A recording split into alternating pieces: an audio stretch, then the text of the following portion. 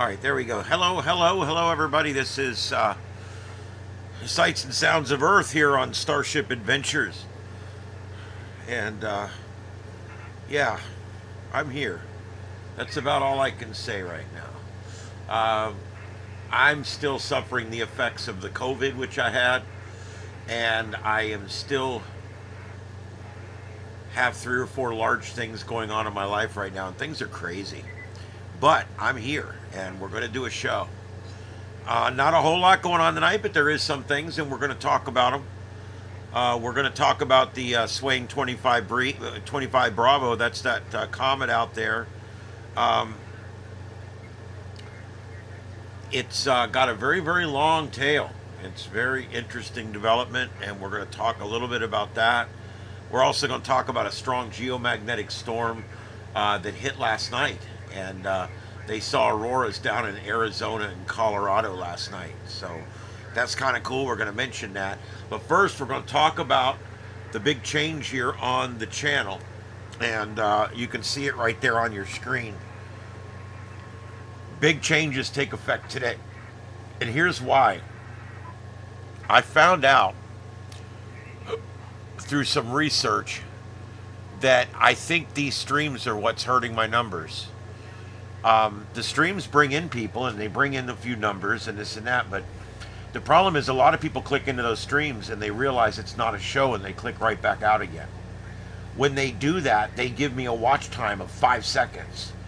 That damages my algorithms incredibly. How long you stay in a show is probably the most important thing in the YouTube algorithms. And it's one metric that is absolutely watched closely by the algorithms. So, when you create a video, the last thing you should do is go back after the video and click into it for a second to make sure that it's okay. If you do that, they recommend that you click into it and let it play all the way through. Don't ever, when you click into someone's, and this is something people don't realize, they're like, man, I've been helping you out, I've been thumbsing up all your videos. That's great. However, the thumbs up gives me less credit than the fact that you were only in the video 10 seconds. When you go into a video and you only stay for long enough just to hit the thumbs up or maybe leave a quick comment and then you duck back out again, that's actually worse for my algorithms than if you just didn't go in it at all. Because what you showed YouTube was, I went there, I clicked the thumbs up, but I really didn't like it because it sucked. That's what they see. And so that's what's happening with these streams. That's number one. People are going in, they're going, oh, it's a static screen, there's nobody in here talking, I'm going to leave. And they pop right back out again. That's the number one thing that's hurting me. The number two thing that's hurting me. People go into my channel, they can't figure out which is which. There's 7, 8 streams going on. Which one's live? Which one has the host? And a lot of times they find something else before they find me.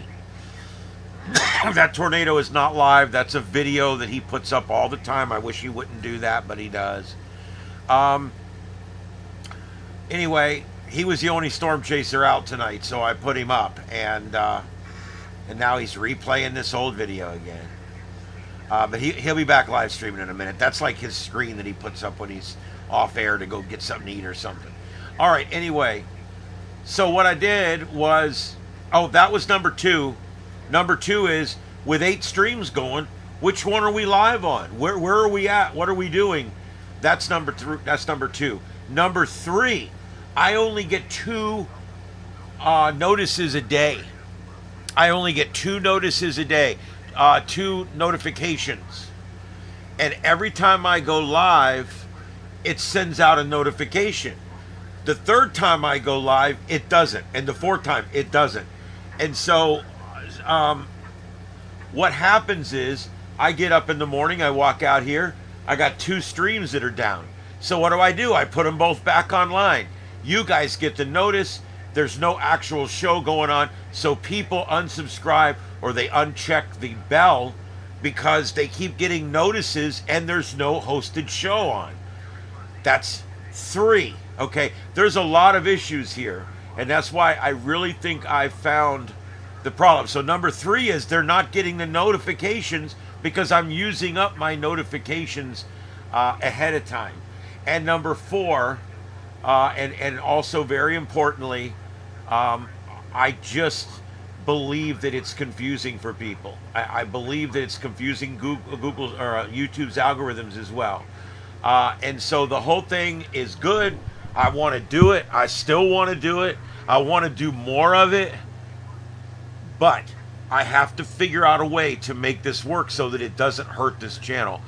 My numbers have dropped over the last 2 or 3 weeks quite dramatically. And I went back and looked, when do my numbers drop? Right about the time I put all these streams back up again. I got that new scanner program. I put all these streams back up. And look at my numbers. I got 5 people in here. Notifications should have went out to 17,000 people. So I know something's wrong. And I think after YouTube sees that all I'm doing studio shows, every show has an audience that stays for a while. See, right now our average view duration is 1 minute and 8 seconds. I need to get that up to about 8 or 10 minutes for it to actually help me on the algorithms. So right now I've just got a few of my regulars in. Junior, Victor, thank you for being here. Whoever else is there, come on in and introduce yourself.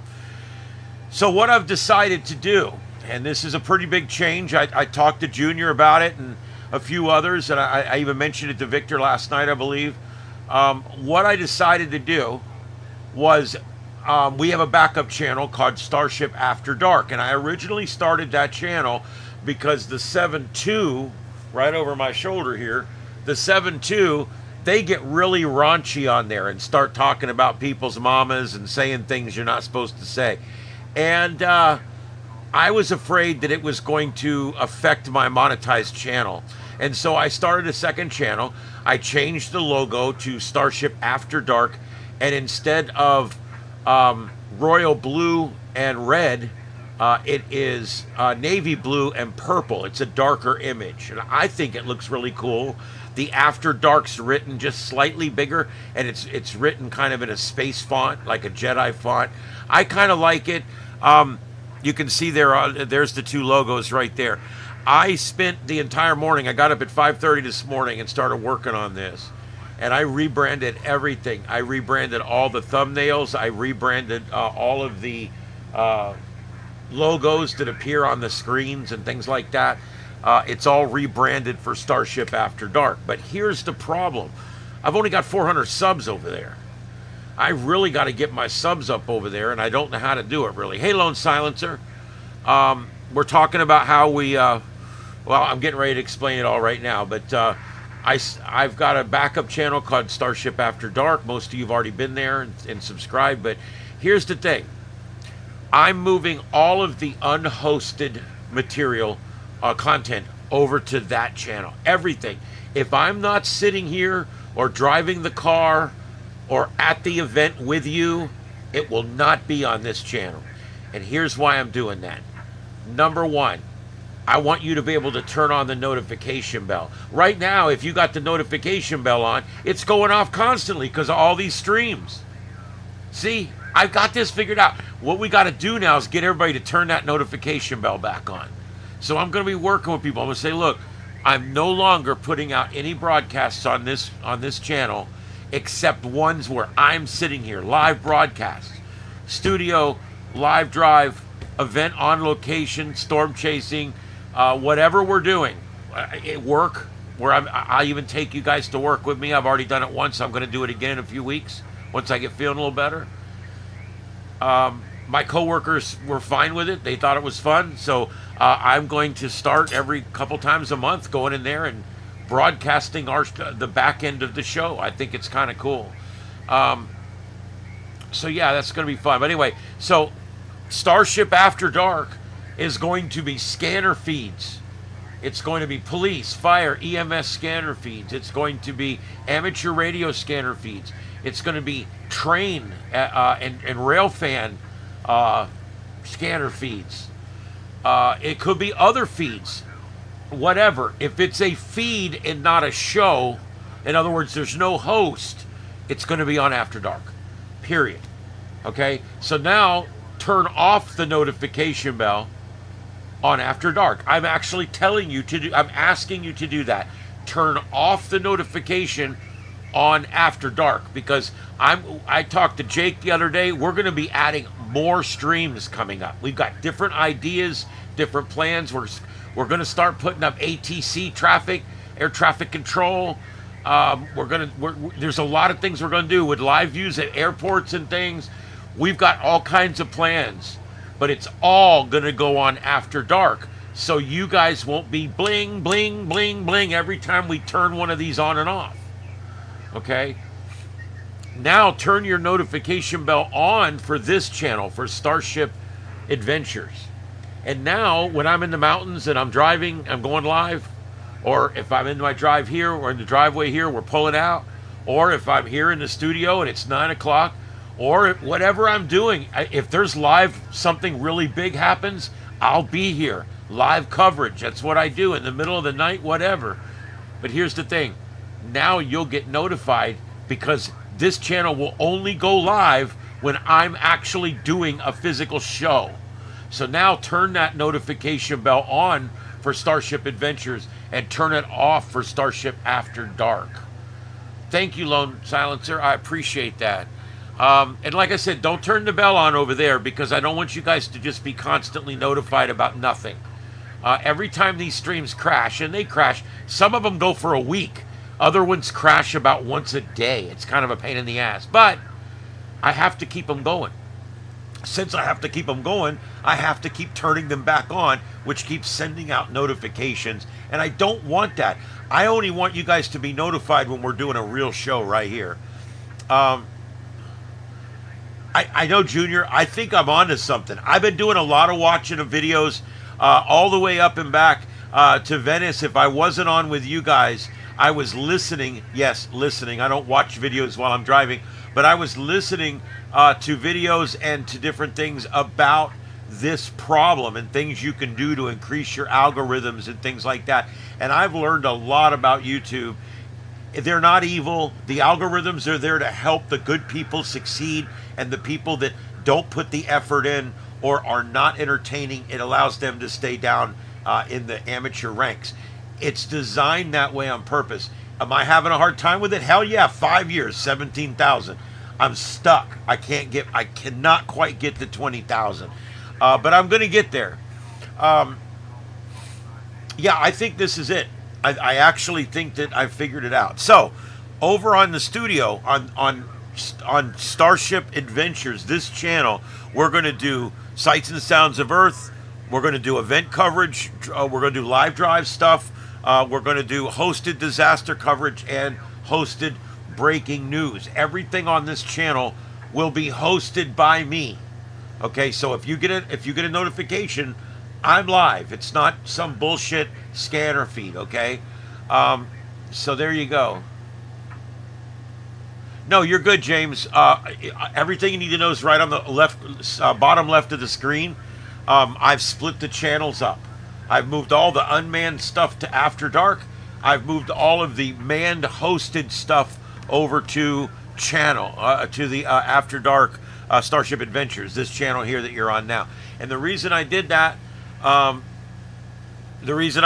was I've been explaining all the reasons. I don't want to go back through all the 50 reasons, but it helps the algorithms. It makes sure you guys only get notifications when I'm actually going live, and it's going to lower the confusion level, and I do believe that it's going to improve my standings with YouTube as well. The most important thing you can do for a video, for a content provider like me, is to leave something playing. Because when you click in and click right back out, like if you click into a video and you wait 10 seconds and click back out, YouTube goes bink, they hated it. You thought you did me a favor because you clicked in there and you gave me a thumbs up. But if you don't have time to watch at least 3 or 4 minutes of the video, don't do that. That thumbs up does not give me as much credit as I lose by you coming in and going back out in 15 seconds. So if you really want to help somebody, just put something on, and when you go to sleep, just leave it on. Just mute it and let it sit there and play all night, whatever. I don't care. I'm just saying that's something you can do if you want to help. But by just clicking in thumbs up and clicking back out, you're actually hurting the content provider. That's one of the biggest things I learned this week. I also learned that, of course, anytime you can simplify any process, that's better for YouTube, and it's better for the viewers as well. This very well simplifies everything because it puts all one kind of content on one channel and all one kind of content on the other. And the reason it's so good, guys, here it is right here. Turn off the notification bell for After Dark, and please go and turn on the notification bell for this channel. That way, the only time you get notified is when I'm sitting here with this mic or I'm in my car. That's it. That's it. Or a special event or something. I'm not going to do anything on After Dark that's manned, and I'm not going to do anything here that's automated, okay? So I'm completely splitting the two channels between hosted manned content on one side and, automated content on the other side, streaming scanners and aircraft trackers and things like that. All right, so that's it. Hey, Dolly, how you doing tonight? Glad you guys have all made it. We're the numbers are coming up. I do appreciate that. And yeah, so this is a big change, but our numbers have been dwindling and nobody knows when we're going live, and this is why, because you only get 2 notifications a day. And every time I turn on a stream, that uses up a notification. It cries wolf to you because you're like, oh, there's Ian, and you go there, oh no, it's not him. He was just putting up a train feed or some bullshit. Okay, period. I get it. I understand. I don't want you guys to be bothered by shit that's not worth bothering you over. So now you hit the bell on Starship Adventures and you'll know when I'm sitting here live with breaking news, or I'm sitting here live with sights and sounds, or I'm in the car driving. Number 2, Starship After Dark, turn off the bell, and now it's there. You subscribe to it. The feeds will come up to remind you that they're still on, but you won't get notifications over it. I think that's it. I think we've got a winner. Winner, winner, chicken dinner. But yeah, I think I'm right. I did enough research. Guys, I don't just guess on stuff like this. I've had a lot of driving and a lot of reflection time over the last week. I've been very busy, but I've had to do a lot of driving, and so every time I get in the car, I literally put on a YouTube video of what I'm trying to do, or someone talking about ways you can work the algorithms and massage the algorithms, and then I just turn my screen off and I just listen to it through the car speakers. And I've been doing that a lot, and I've been learning a lot. It's a great way to learn about a specific topic. If I got a 40-minute drive, I go find a 40-minute video on how to beat the algorithms or whatever, and I put it on, and I black the screen out, and I listen to it over my car radio all the way to my destination. And then when I get there, I'm smarter. I really believe that the research is important. With AI, it helps. I also use ChatGPT. I type in questions to ChatGPT. What about this? What about that? And some of it was helpful. Some of it was useless. I had the biggest ChatGPT blunder I've seen in weeks. It happened to me earlier at work. I'm typing a meta package for the Trey Radel podcast, and I put in there what we were talking about was all the horrible negative and vitriolic things that people are saying about Charlie Kirk, and I'm not. By the way, I understand there's a little Charlie Kirk burnout, so I'm not going to get into anything Charlie Kirk tonight. I still love and miss the guy. We'll talk about him later. We need a night off. We just did 3 more hours of it at work, and it's just, I get it, I understand, but it's very deeply political, and I kind of want to just back away. So tonight we're going to do other things. But I put in there, we're discussing all of the negative, heartless things that people are saying about Charlie Kirk's death. And ChatGPT came back and said, I can't write this because it would be disinformation because Charlie Kirk is not dead. I saved it, dude. I'm not bullshitting you, okay? I saved it. I was at work, I saved it. Because I screen captured, because That freaked me out. And I wrote back, I said, he most certainly is dead. It's been the biggest news story in the last 5 days, and it's still the biggest news story 5 days later. He most certainly is dead. And I'm typing it in capital letters. It writes back this long justification for how it analyzed this and and it was kind of gibberish. So I had to write again, make me the meta package this time, now that you know he's dead. And it wrote me a good meta package finally, and I was able to post the podcast. But it was just interesting to me that there was only about 3 hours there where we didn't know if he was going to live or die. I saw the footage early on at the newsroom, and I knew that he wasn't going to live. You can't sustain an injury like that and survive. It was an unsurvivable injury. But there was about 3 hours there where it had not been confirmed yet. And I'm like, so it pulled news from 5 days ago to give me a meta package for today's podcast? I don't know. But it's one of those weird things, dude, where ChatGPT, it's like the other day, 2 weeks ago, my boss said, hey, one of your titles was messed up. And I went back and looked, and it was my fault. I should have checked it. I'll admit when I'm wrong. I don't give a shit. But the point is I typed in the subway shooting, or the subway stabbing. We were doing that. It was the day before Charlie Kirk, a couple days before Charlie Kirk. And we're doing that subway stabbing deal. And we were talking about that heartless thing that man stabbed that Ukrainian woman in the subway. I think it was in Tennessee.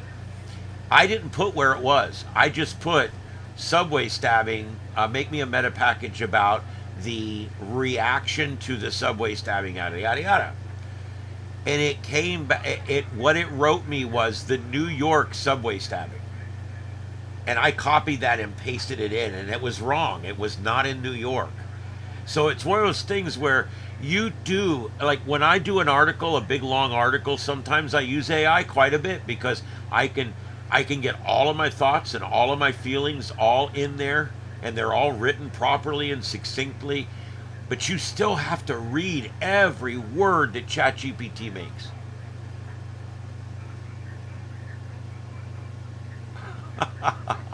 Pam, I love the name. Wow. Yeah, it was North Carolina. Yeah, it was North Carolina. Charleston or something, I forget. But yeah, the point is it should have known where the F it was, right? I mean, come on.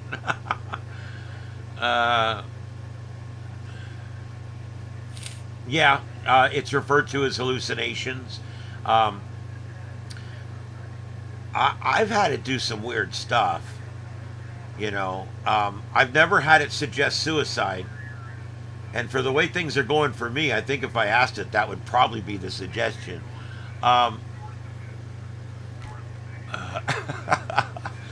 The funniest thing ever used to happen was we were testing it, right? And I typed in one day during the show, I type in, is Trey Radel an actor? Now he's a political pundit and a radio host is his primary job. He was a congressman as well. But it's funny because it came back and it said, no, he's not an actor. He's a radio guy, and he's a congressman. Was a congressman. And I wrote back. I said, well, here's his IMDb page. I hate to argue with you, but you're wrong. He's an actor. He's acted in several movies and several TV shows. And it wrote back, oh, my bad. Here's your information you requested. And it gave me a list of 7 things that he never starred in. And it was funny too, because it was like one of them was like Little House on the Prairie reunion or some shit. And then like the next time I ran it a few days later to see if the same thing would happen again, the second time we did it, it said that he starred in Sharknado 3. I can't believe that even got to 3, to be honest with you. Maybe it didn't. So yeah, AI, man, AI. No, I know, Pam. Yeah, AI is weird like that. AI is a miracle worker, but you have to still read. Just like if you had an employee do something that's going out to all your customers, you would need to read it and proof it. That's why they call them editors. It's important that someone reads your work. In the newsroom, They used to write the content, and then they would hand it to an editor that would read the content and make sure that it's spelled right, it's grammatically correct, the facts are correct, the grammar's correct, everything is right, and then they would pass it down, and it would go through proofing, and it'd get read again before it actually was put into newsprint. Now, that was many years ago. Nowadays, these 19-year-olds in the newsroom rip and read right off of the Associated Press. They rip it off of there. They make it look like they wrote it, or they stick it through AI, and they post it directly to the website. There's no editor. There's no final look. There's nothing. And you can go to your local TV station and copy and paste their article into Word and see how many spelling and grammatical errors there are. It's kind of crazy, but it's because it's the newsrooms have become a quick culture where everything has to be done fast, it has to be done quick. There's very few people that actually work in the newsroom writing news anymore. 80% of the news that's written now it's rip and read from somewhere else. Most newsrooms around the country have a contract with the Associated Press, and they have a contract with Reuters, and both of those are far left-leaning news organizations. And like with our Wink TV here, they're a great TV station. They got great news, but the problem is they rip and read all of their news off of the Associated Press and off of Reuters. If you do that, it looks like your news is slanted to the left really bad. So the little 19-year-olds they hire back there don't know enough to rewrite it to where it actually looks and smells like journalism. Remember journalism? There was a time when even if someone was far left or far right, they were a journalist. And they would go out there and they would write a non-biased news story. Those days are so far in the past, you can't even see them in the mirror anymore. They don't proofread anything. You know, you're absolutely correct, the Lone Silencer. They do not proofread anything. It annoys the shit out of me as well. Yeah, New York City, the largest TV market in the goddamn world, and their articles look like some kid wrote it. You know why? Because some kid wrote it. That's why.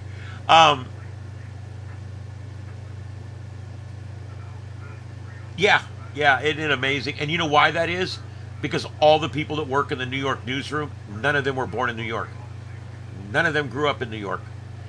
None of them even lived in New York up till the time they got the job. We have the same problem here. 2/3 of the people, no, I'm going to go back. 4 out of 5 or more in our newsroom have only lived here as long as they've had this job.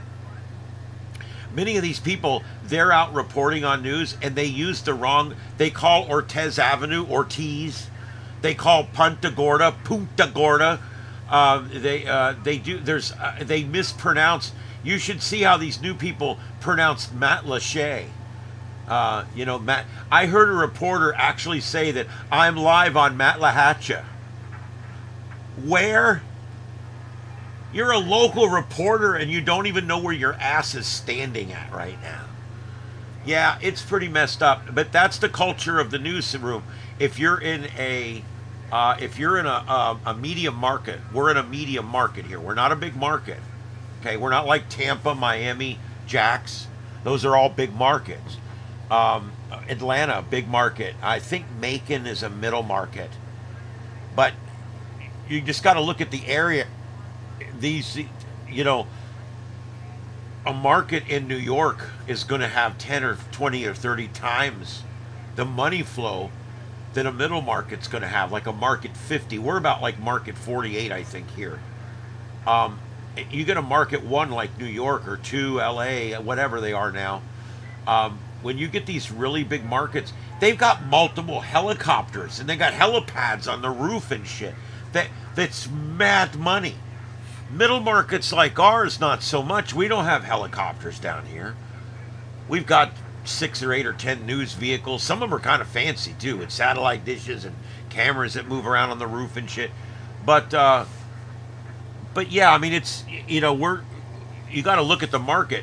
But yeah, it surprises me when I go to a big market like Chicago or Baltimore, and I read the news stories, and it's the same crap. I mean, it's not written well. It's got a hard left bias, and I don't like that. I think journalism. I don't want it written slanted either way. Can't we get back to journalism?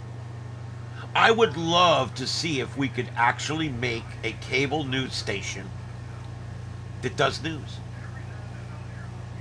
I mean, let's face it, Fox News is far right. CNN's even further left. MSLSD is off the left wing past the strobe light. You've even got some on the right of Fox News over here. There's a Florida one here that's really far right. There's Newsmax, which is right of Fox News. So you've got both sides. Do you know who's in the middle? It's a void. It's an absolute void. And I wonder if people would be open to real journalism if it actually broke out again. You know? Do you think if someone actually came out and did real journalism, actually just reported the story without the slant, or in the case of CNN, actually report all the stories, their biggest bias is the fact that they skip right over certain stories. You know who else is bad about that? NBC Nightly News, CBS Nightly News. They are very bad about, they've only got 30 minutes.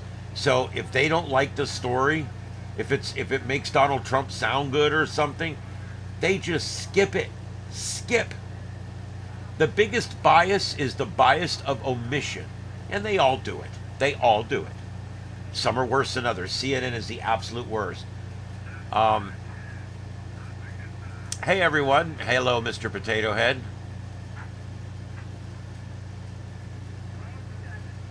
So yeah, that's where we're at with that. I would love to see real journalism break out and take hold. I really would. So we'll see if it actually happens. All right, on the screen, the storm chaser up there where you see the tornado. That's not live. We're waiting on him to go live. He's going live in 15. It says live in 15 hours. I don't know. I'll probably have to switch that one out. The one below that, that's the guy that goes down to the courthouse. It's still doing it. Every single day, he goes live, and he's heading to the protest downtown in LA. And he gets there, and he's the only one there. So we'll see if he finds anybody down there. He's looking now. If there's anyone that wants to stop and protest with him, just jump out and protest with him for a few minutes. He really could use the company. Top center there, I don't know. That's one of the Fox video products coming out. And then you've got the upper left. These are cop watchers out in California, and they have come upon a bad accident. Well, it looks like a pretty bad accident. Of course, nowadays, it looks like a pretty bad accident, but these cars just fold up like tin cans. They do that to save your life. Cars actually give their life to save their owners.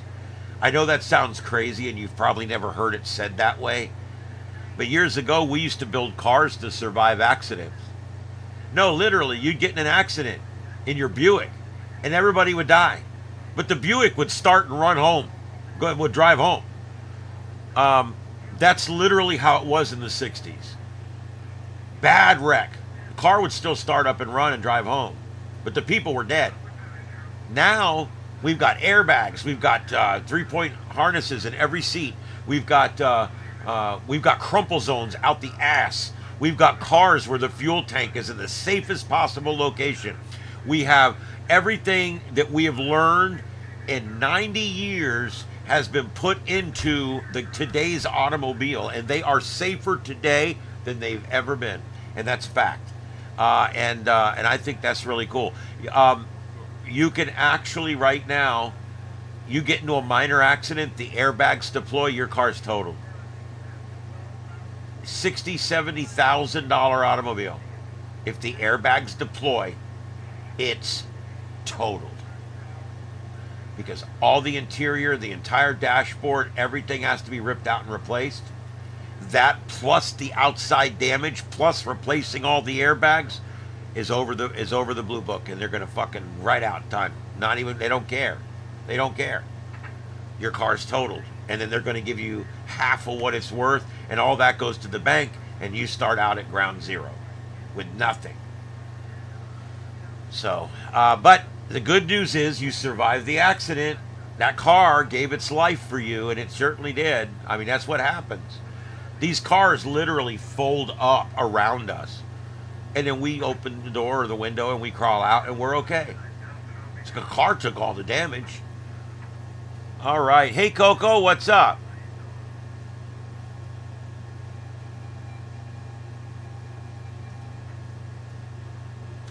Yeah, I don't understand the anti-ice protesting. I've never really quite got a grasp on that. Um, it's rare to see people like protesting for illegality, and that's pretty much what this is. It's one thing to say we want more rights or we want free speech and we're going to march for free speech or we're going to march for that.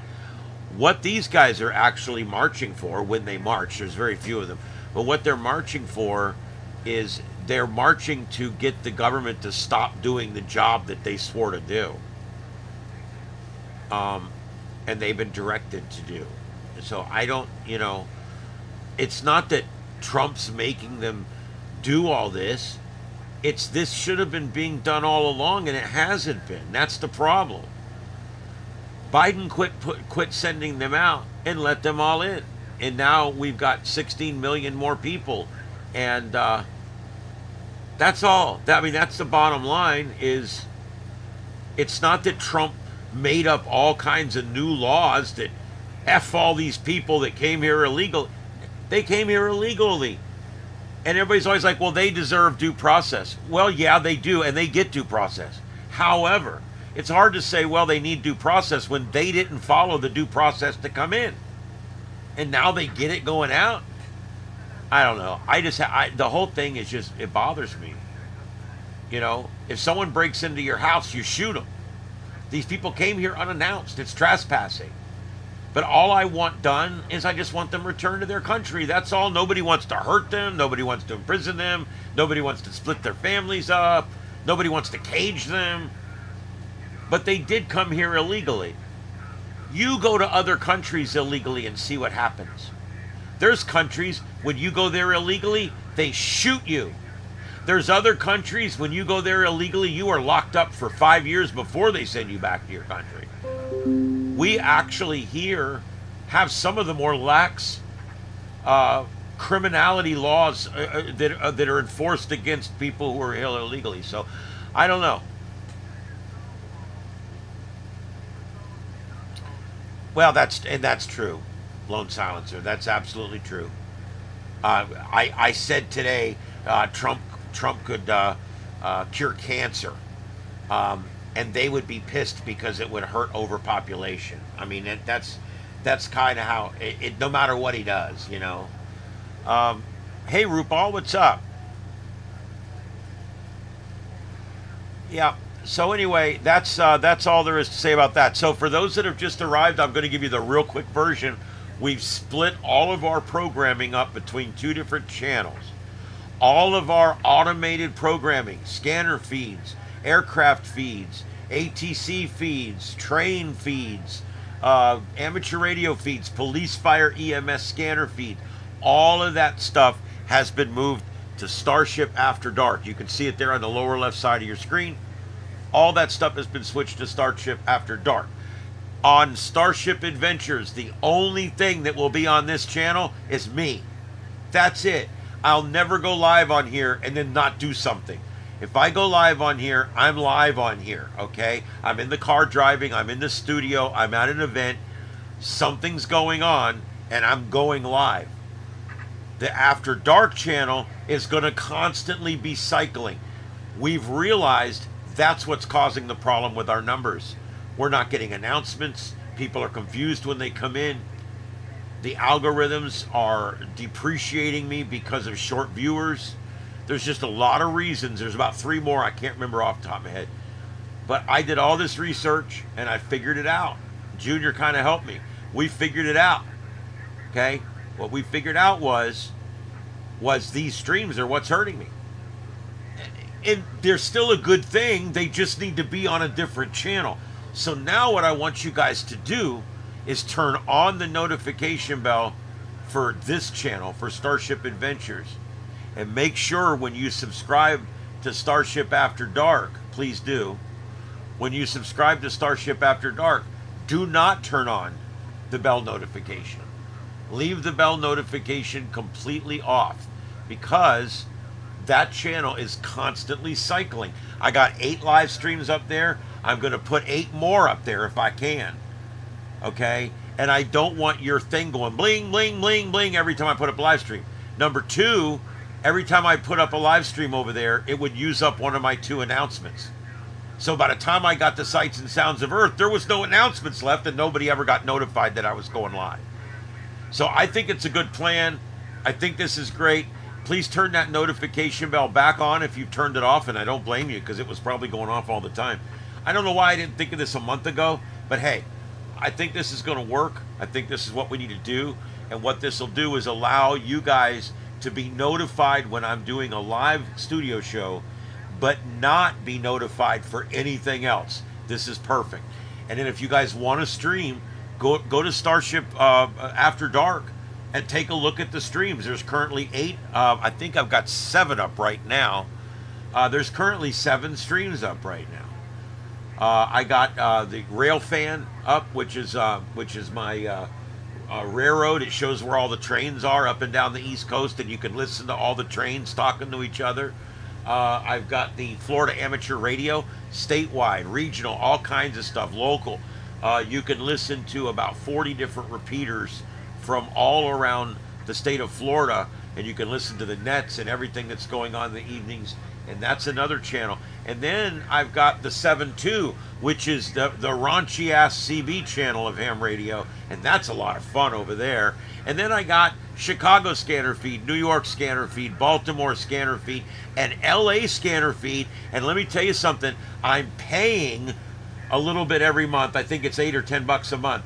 I've decided to pay for that so that I can have live updating reports from fire, EMS, and law enforcement. When they have an incident in California, it pops up on the screen now, and you can see the calls coming in, what engines have been assigned, what cars are going, and it has a map that shows all the calls on the map.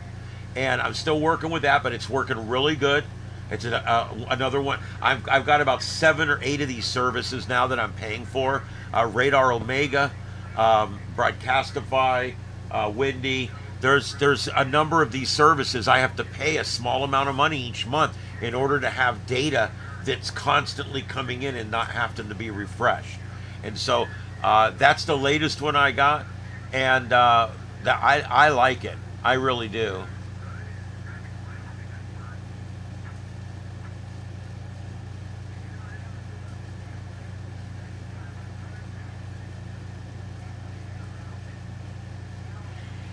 Yes, Dominic, that's becoming a real problem. Down here after the flood, after Ian, we lost a bunch of houses. We even had people injured, and the reason was because when salt water reaches the top of the battery in the battery car, the big huge battery,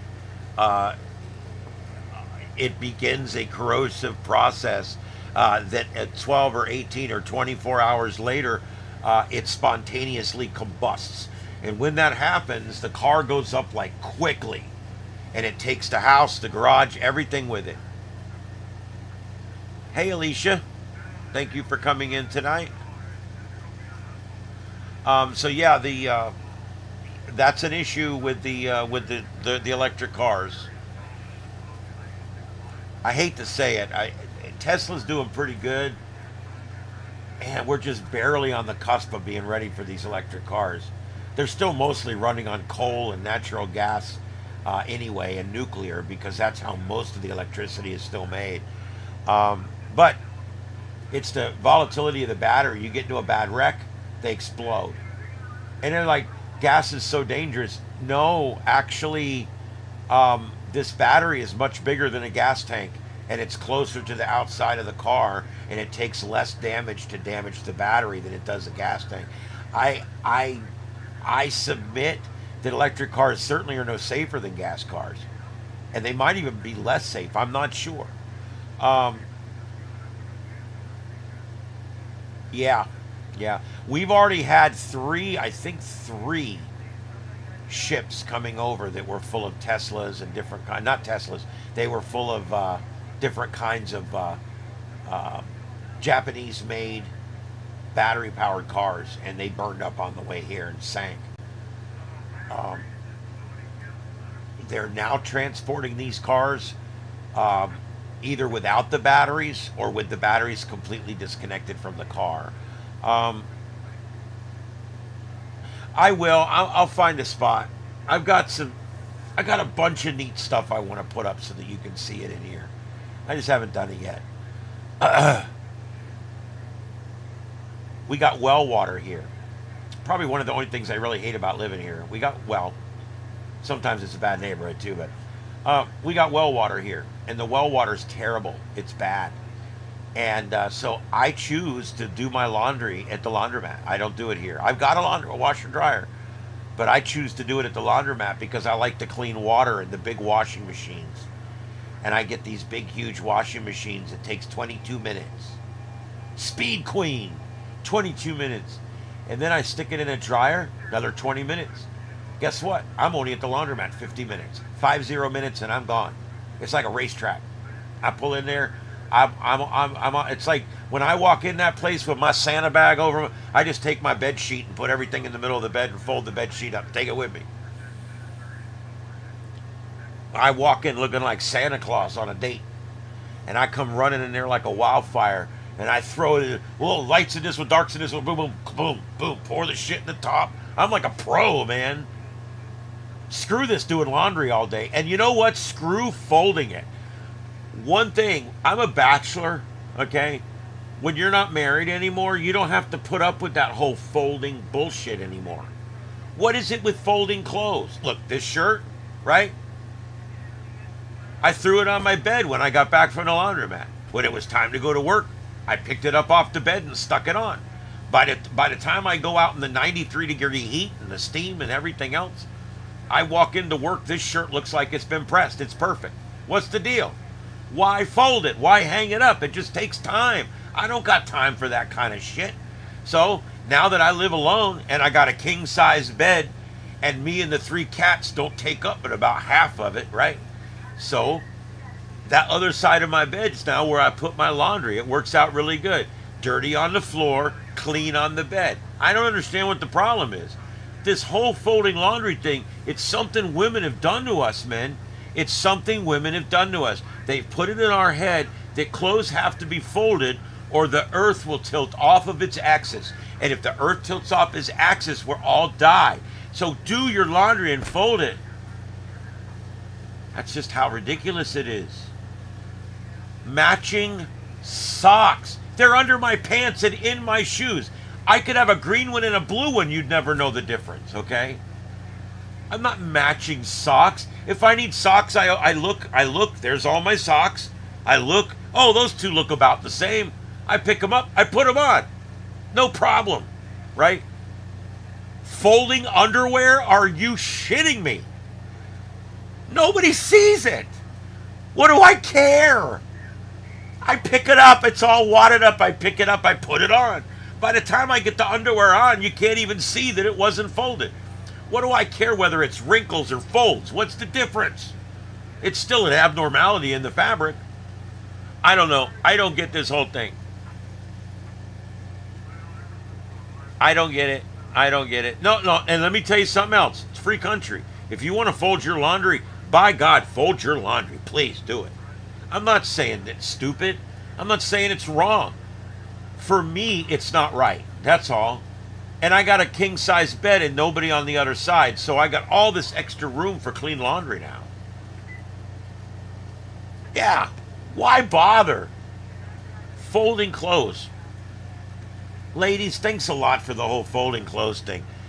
I don't get it. I really don't. It's like, what are we doing? So anyway, I would like to, I'd like to propose that we just don't fold clothes anymore. Let's just not fold clothes anymore because it's just too much of a pain in the ass. London protests live. Really, it's dark in London right now. Obviously, that's not live.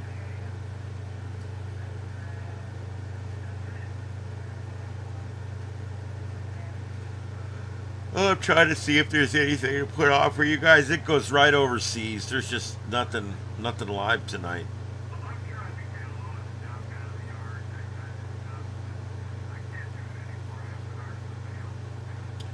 All right, well.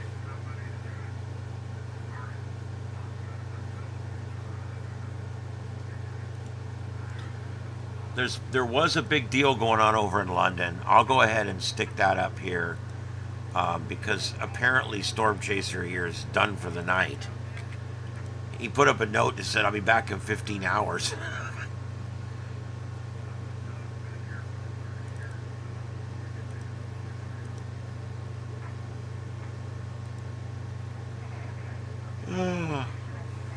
I'll put that up for you there. That's live out of London. There's protests going on over there, free speech stuff. London's free speech laws are completely under attack right now. They are arresting people for hurting people's feelings on Facebook and on Instagram and stuff like that. And yeah, forget about it. I don't know.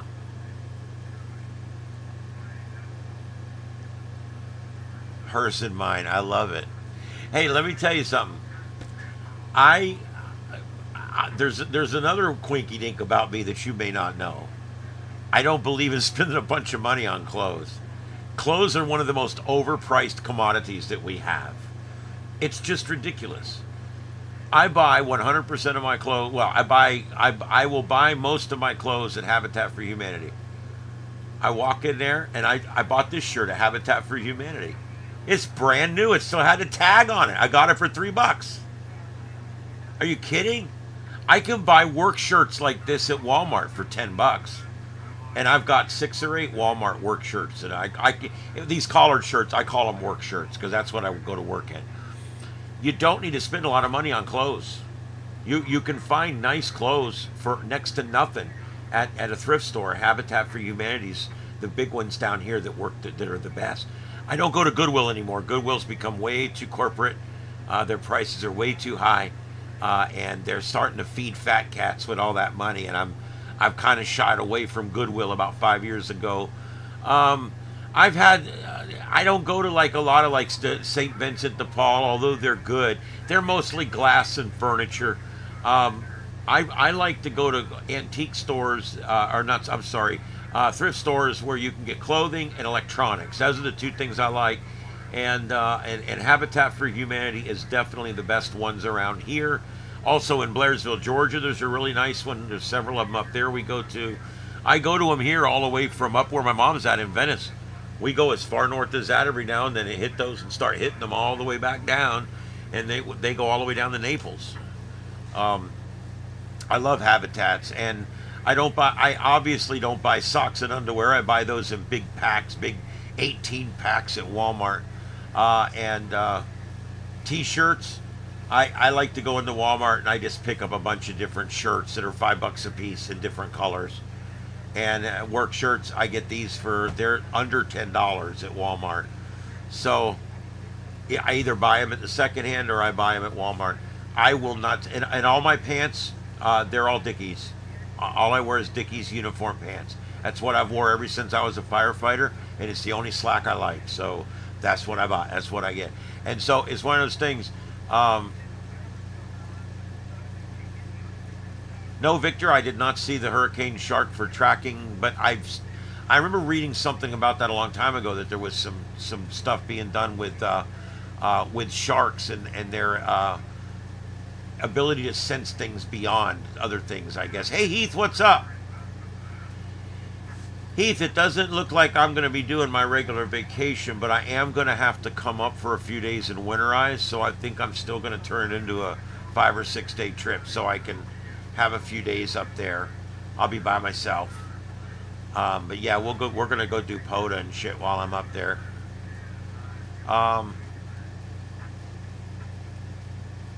Yeah. Yeah, we're talking about laundry. And the other thing we're talking about's on the lower left of your screen. I split the channels up. I'm not going to go through the whole thing right now. Maybe I'll do it again before I leave. I'll explain. But all we did was move the manned stuff to the left and the unmanned stuff to the right. And that way you turn the bell on for Starship Adventures and you turn the bell off for Starship After Dark. And this should fix our problem. We should be back to having 50 and 100 people in here at night instead of 16 like we have right now. Our numbers have been dismal. And I'm the same person doing the same show that used to get 100 people in every night. So I know there's something wrong. And this all, I started doing these streams. And it screwed me. But that's okay. Streams are doing okay. They're not getting quite the hits over there they were getting here. But they're still doing okay. I'm anywhere from 5 to 10 consecutive viewers on all the channels combined. Which still isn't a lot. That's why my algorithms are getting hurt. Because not a lot of people go, and when they go, they don't spend a lot of time. That hurts your algorithms. Yeah. Yeah, I've had a really bad week, and it followed another really bad week, but I'm not going to bore you guys with it. It sucks.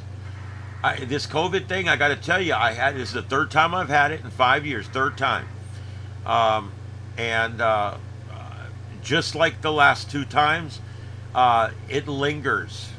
I'm not running a fever. I'm not contagious, but it lingers, and it lingers, and it lingers. And I just every day still feel wore out when I get up, wore out. I feel wore out right now. I can feel it behind my eyes. I am going to be signing off in probably about 30, 45 minutes. I do need to get some sleep tonight. I'm getting up at 6:30 in the morning because I'm going to drive to Venice and be there for when the place opens up, so I can go see Mom and spend the morning with her. And then I have to be back to work. I have to leave for work at noon from up there, so I can make sure I get back to work in time.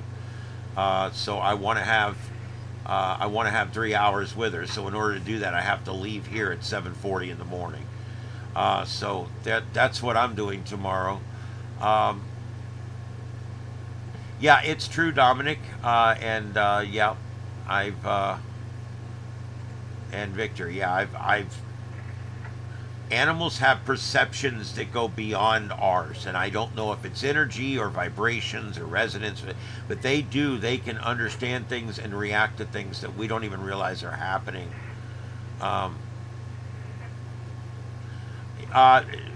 Dominic, you're not the only one. We've had 3 nice mornings in a row here. Very unseasonably cool. We had some communities down here in the mid 60s on Saturday and Sunday morning. So yeah, we have been cooler than normal down here, and hurricane season has almost been abated. There's just like nothing going on out there, and that's why when they always come with the whole global warming, here we go again. I'm like, just wait, because it'll be another year with nothing, and that's what we have this year. This year's been a bust for hurricanes. I don't know if you guys know it, we just passed peak.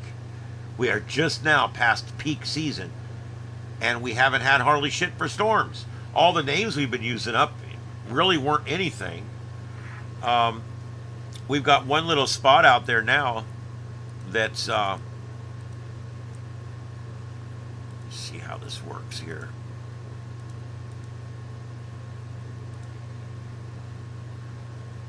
We got one little spot out there that we're watching right now, and it's probably going to go north.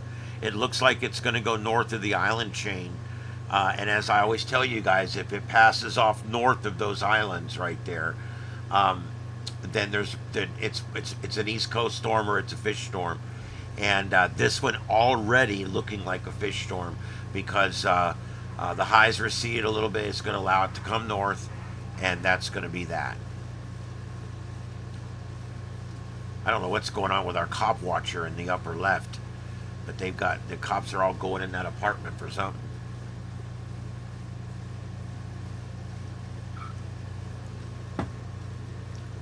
Boy, London, man, that's a mess in London. They deployed 1,600 officers. That's a lot. So let's just take a peek here. Let's go back over. You guys know I use Mike's weather page. And I always put the link in because it's actually called Spaghetti Models. Although if you type in Mike's weather page, it's the first thing it gives you. Um,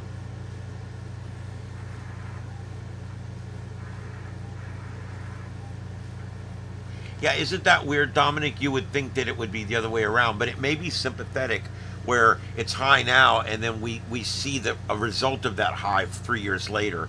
Um, it could be something like that. But yeah, it's weird to me. Um, and yeah, by the way, the anniversary I think is tomorrow or the next day for the Great Florida Storm of 1928, which is the second deadliest storm behind the 1900 Galveston storm. That's the one that killed all the people here. Over 2 or 3,000 people were killed when that storm pushed the water out of the banks of the Clusatch of the Lake Okeechobee, and it flooded and literally killed thousands of people. They did mass graves. That's how bad it was. 1928.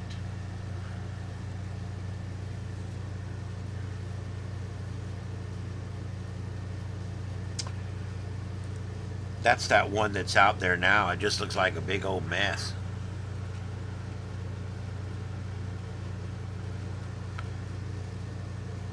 It's pretty psychedelic. There's Mike. All right. Yeah, I don't see anything here. I mean, the models. Let's go over to tropical tidbits. Here you go. I mean, the models are taking this thing north. That right there takes it out of the realm of possibility for Florida. Also, notice all the ones that come down here towards that stay low, they're all blue and green, meaning that they're all tropical storms. They're not hurricanes. So this run here shows us, see the millibars over here on the right? The color of the line is how high they think the millibars will be. See, this model right here has that high pink color. That's between 940 and 950 millibars right there. That's major. But right over here, all these down here, everything going left shows that it's not going to be as strong, which means that it's forecasting worse conditions further down. So hopefully this thing is probably just going to do what it looks like it's going to do. It's just going to go up and out. Let's see, we got a few more here. Wow, this one takes it up even quicker. This one takes it completely out. And that should prevent even an East Coast storm. Here's your intensity forecast. And most of the models stay tropical storm at least out 128 days. So there you go. And that's pretty much it.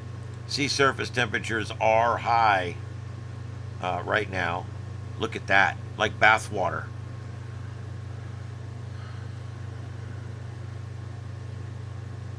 '87 down by the Keys.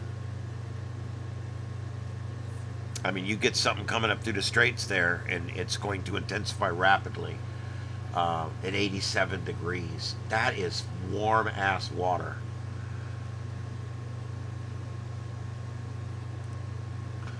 All right, let's see here.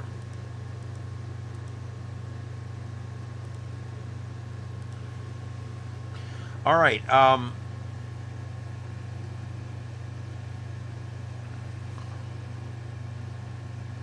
yeah, that's pretty much how I look at it.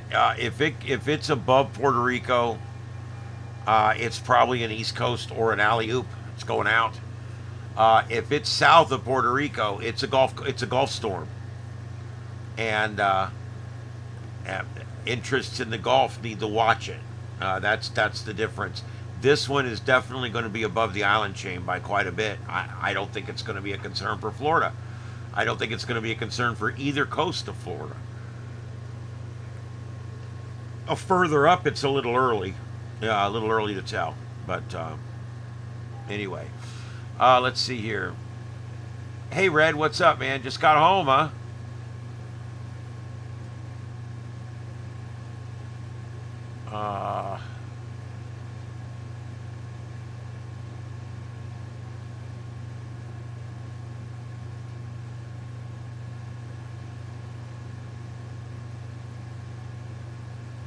What is Hampton Fest?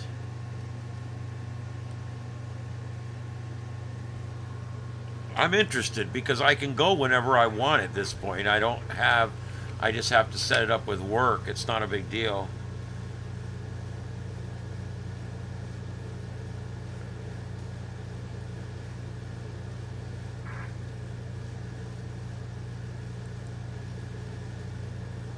It says there's no actual Stone Mountain Hampton Fest.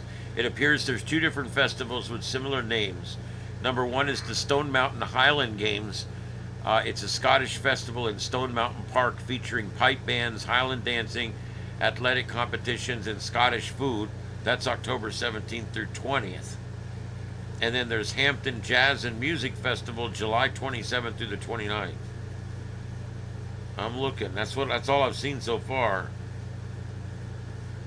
If nothing else, just send me. Oh God. Okay, I'm sorry. I didn't see. I'm so tired, guys, that if it's beyond normal shit, I don't get it. All right, yeah, let's look at that. Stone Mountain Ham Fest. All you'll ever need to know about. All right. Well, there you go, man.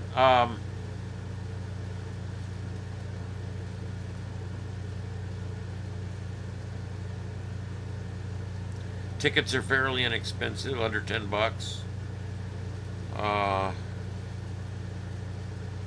Tailgating. That looks like a good thing here. Stone Mountain Ham Fest, November 1st and 2nd.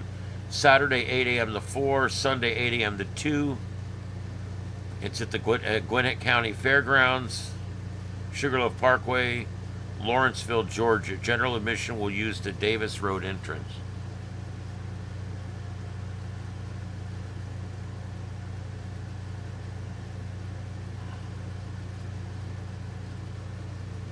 Yeah, there's two tactics you use at the Hamfest. You either go in the first 3 hours or the last 3 hours, or both.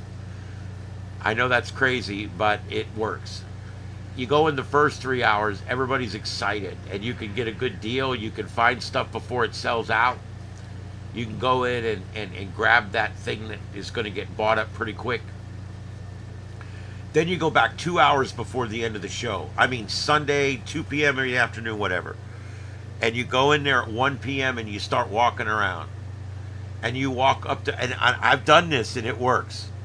You walk up to someone and you say, hey, what do you not want to carry back to your car?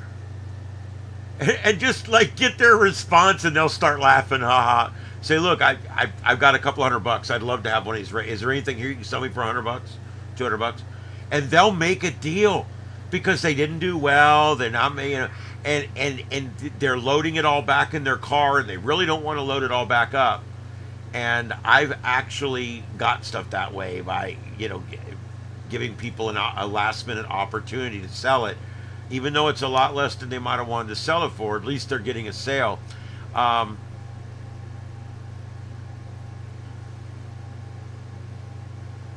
Yeah, no, that sounds good. That's a distinct possibility. We can get together on this and talk about it because I would probably like to do that. And that's about when I'm going to be coming up to winterize. That might be a little late. That's the only thing I'm worried about. But I do have a handyman up there that can go turn my heaters on if I have to. But we'll have to see. I think it's going to be a cold winter. I'm telling you guys. And for the global warming people out there, it's going to be a cold ass winter. We've gotten temperatures lower than normal down here already. Tampa's already had 2 or 3 cool fronts come through already. Now we've only had kind of one little one here, but we are way down at the bottom of the state. So yeah, ham radio. I hate the name of ham radio. Amateur radio or ham radio, they both sound terrible. They both sound stupid. I don't like to use either one of them, but you don't have a choice because that's the only two things it's called. Ham radio. And you should see all the puns, oh my God. I've seen every piece of ham with knobs mounted to the front of it that you can imagine. Oh, look, it's ham radio. I think they even make a ham radio shaped like a ham. I'm not sure, but anyway. And then you got amateur radio. What really bugs me about being called amateur radio, I'm going to be honest with you, most of your amateur radio operators know more about radios than your commercial people do. We're the experimenters. We're the people that are on there all the time. We're the people that own our own equipment, put up our own towers and repeaters. And you got commercial people that have a very limited window or scope of what they know. And most of your commercial or your professional ham radio or your professional radio operators know less than your amateur radio operators. And I really don't like that distinction. I don't think it's good. Wow, Red. 42. Oh man, I'd go sleep outside. That sounds awesome.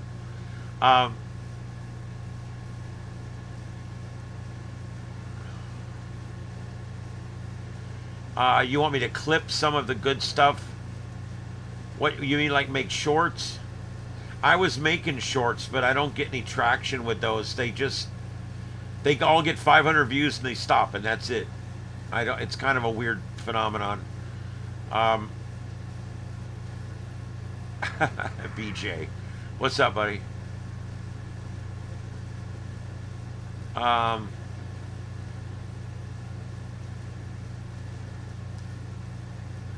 Yeah, I mean, I agree. I don't like the term ham radio, and I don't like the term amateur radio. I think they're both wrong. Yeah, we're hanging in there. I don't know if I'd use the word well, but I'm okay. Yes, I know I'm being throttled. I know that. I'm absolutely being throttled. Look at, I got 19 people in here, and I used to get 100 people, no problem. I know I'm being throttled. And I do believe I found the problem. You guys can see on the lower left of my screen there. I found the problem, I think. I don't think they're doing it on purpose to me specifically. I think it's because I keep putting up all of these static feeds. And people click into the static feed and they see, oh, there's nothing going on here, and they click right back out again. And that ends up hurting my algorithm really bad. Number two, people go in, there's all this shit in there, they don't know where I'm at, and they get lost.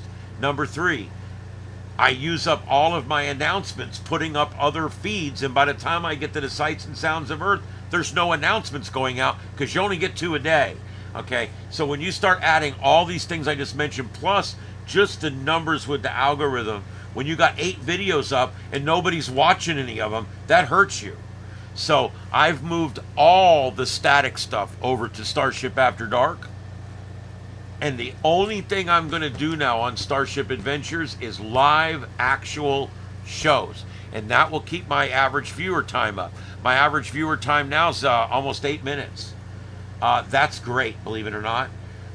You really want to try to achieve 10 minutes. If you can get a 10-minute, that means that people are hanging out quite a while. Because remember, the internet's the ADD capital of the world. And everybody in there is just click in, click out, click in, click out. And that's how YouTube really judges you mostly on how long people stay in your videos. If you go in someone's video just long enough to click the thumbs up and then you back out, you've actually hurt that content provider.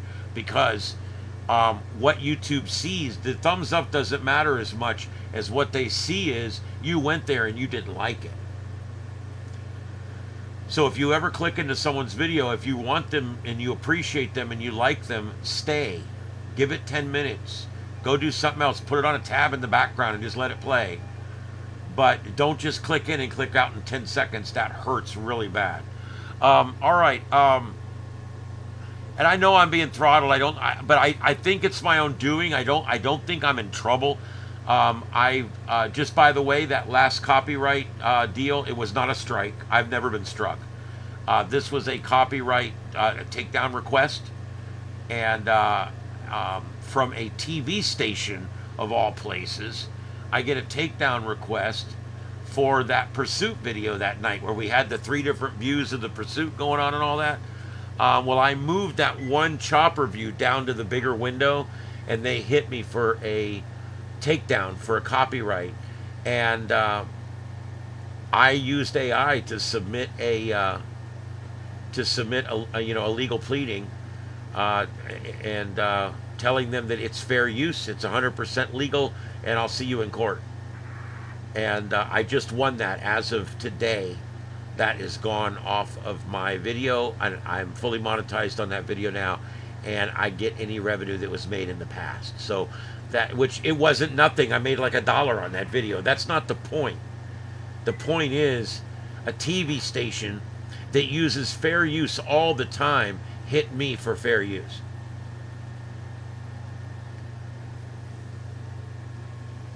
Is that the ADD? It is. The internet is the ADD capital of the world.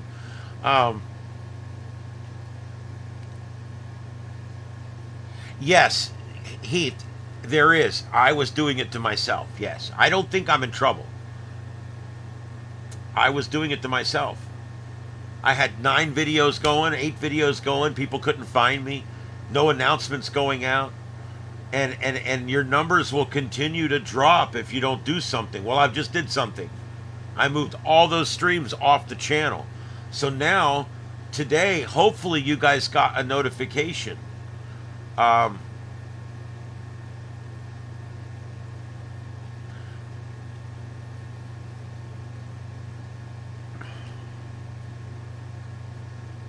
Oh, I don't know about that. YouTube likes its content providers. We make them money just like we make ourselves money. Every penny I make, they make 2 or 3. So, no, I don't think so. I think I'm a valued member of what they do. I'm still on their content creator thing, and I get all their stuff, and I've been invited now to do marketing stuff where I can actually put product placement on my channel. I'm not doing it, but I could. And I'm doing a lot of other stuff. But there's a lot of things I've been offered recently. I have Baofeng sends me radios. Radioddity sent me radios. I've had 2 or 3, 2, 4, 5 companies send me radio equipment to demo, which I've done. You can go back and look at them. So I mean, I don't think I'm being like punished or anything. I think I screwed up by putting all these live streams on my main channel. That's what it was. It's a mistake. I didn't realize it. I went and did a bunch of research over the last week, listening to a lot of videos. Yes, listening, because I was doing a lot of driving this week, so I was doing a lot of listening and not watching. But you don't need to watch these videos. I listen to them, and these people, they'll come on and say, here's what you got to do, here's what you got to do. And you listen to it, and you start to realize, I screwed myself. One of the things the guy said was, don't have 2 or 3 live streams going at the same time, because then people won't find you. They won't know where you're at. It'll be confusing, and you'll lose half your audience right there. Well, I had 8 streams going, and only one of them was me, and they all have colorful, thumbnails and everything, and I think that's a lot of the problem. And I also know that there's no announcements going out, because if I reset that stream and I reset that stream, that takes up my 2 announcements for the day. It's time for Sights and Sounds of Earth. Boom, no announcement, because I'd already used them up. That's another big reason. And the fact that everybody that goes to these streams, a lot of times they go in there, they don't like it, they click right back out. That hurts my algorithms. So I know this is what it means.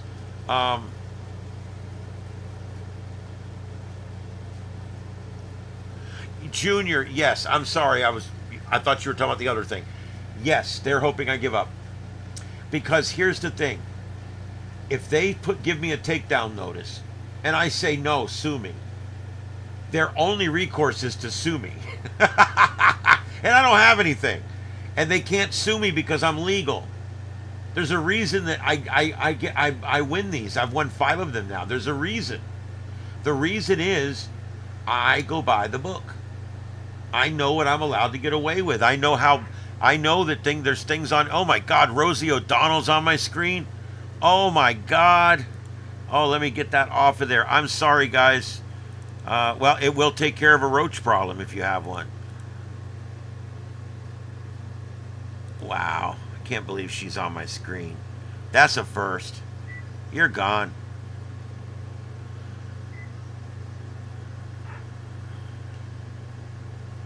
Does she think anybody cares that she's leaving the country?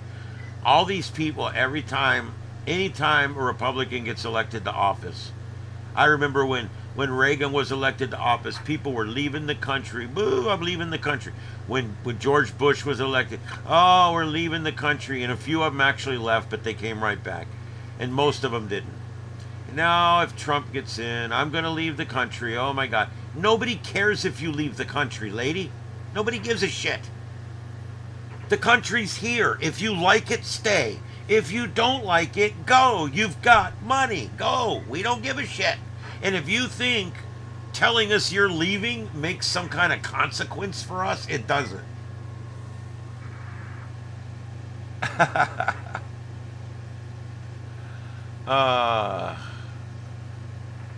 Yep, that's it, Junior. They expect, because 90% of the people, when they file that, will take the video down because they're afraid of copyright claims.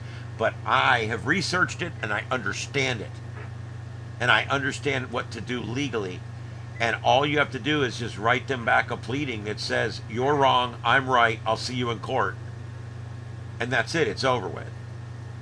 Because I live in Florida, they're in California.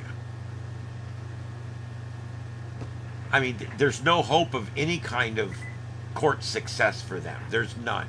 They could spend $20,000, $30,000 to try to get me and still not get me because I haven't done anything wrong.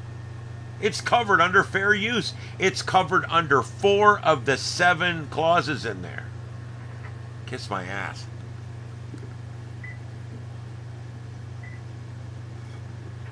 Yeah, I mean, if Rosie O'Donnell wants to live in another country and she's out of money or whatever, maybe we could take up a donation.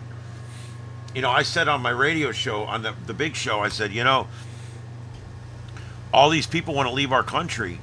I'm all for it. I think we could raise some money to help them move. I would love to help them move. It's expensive moving overseas. You know, it's expensive. And I want them to get to where they want to go. So I think we should extend that. We'll do like a GoFundMe. We'll call it the GTFO GoFundMe account. And then if we raise enough money, then they can GTFO.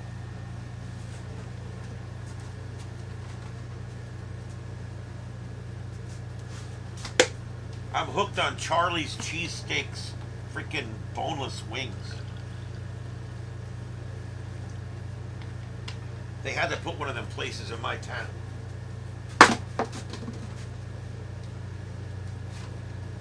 See if I'm always out here. That's nice. Oh well. I think Eddie's already gone to bed.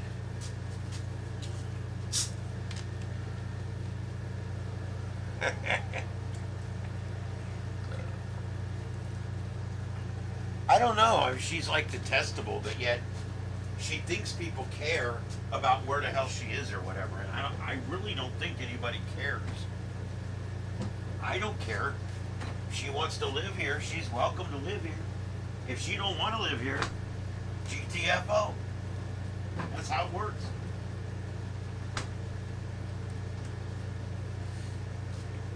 Free country. Live wherever you want. A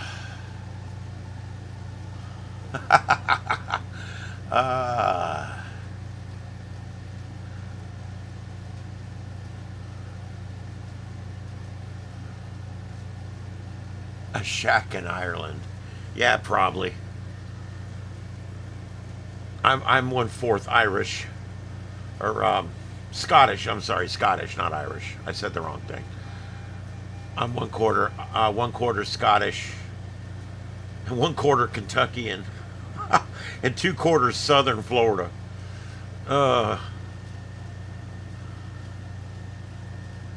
queef in the wind. Thank God for South Park, or most people wouldn't know what a queef was. I love me some South Park. They just did a Charlie Kirk episode too, like weeks before he died. And it sucks, but it is what it is, man. You know, nobody knew. Yeah, I don't watch a lot of big Hollywood stuff anymore. I don't like most of what comes out of Hollywood. I'm having a hard time just enjoying Star Trek Strange New Worlds at this point. This last season was 50-50. The final episode, I didn't like it, really. It was too contrived, and can't we get fucking Star Trek back? Is it too hard to make Star Trek? Why can't we just make Star Trek? Gene Roddenberry made Star Trek and it was good. And then everybody that came after him made good Star Trek. Whether you're talking about Next Gen or Deep Space Nine or Voyager, Enterprise, it was all good. You can watch those shows and nearly every one of them is either is passable, good, or great. Nowadays, half of them are unwatchable. They're written by idiots that don't even understand the Star Trek franchise at all. How can you write for a show that you don't like or know? They violate canon all the time. That's a big thing to Star Trek people. Canon's important.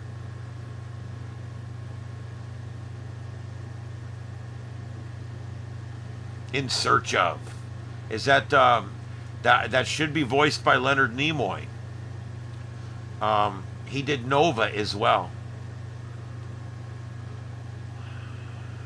Yeah, there's a lot of political messaging in Hollywood stuff, and that was my big problem with Discovery is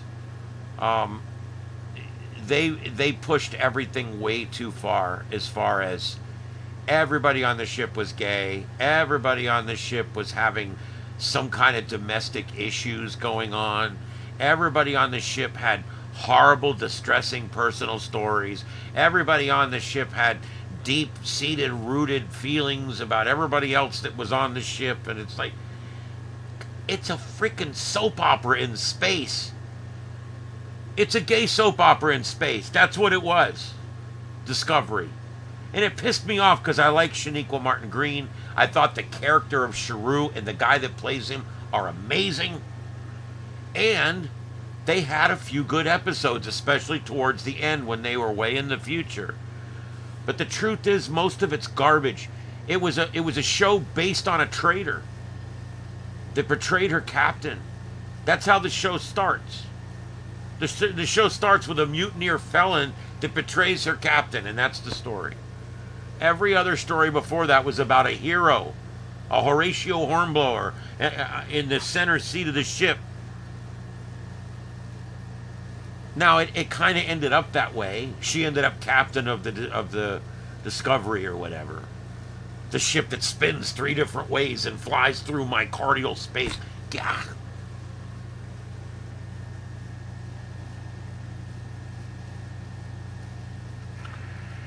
Yeah, there's some really good episodes of Strange New World in Season 1 and Season 2.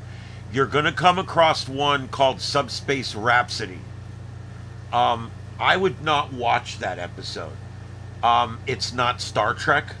It's sacrilegious. It's Antichrist. It's terrible. It's garbage. It was written by morons. And, by the way, I don't like singing and dancing by my Star Trek characters.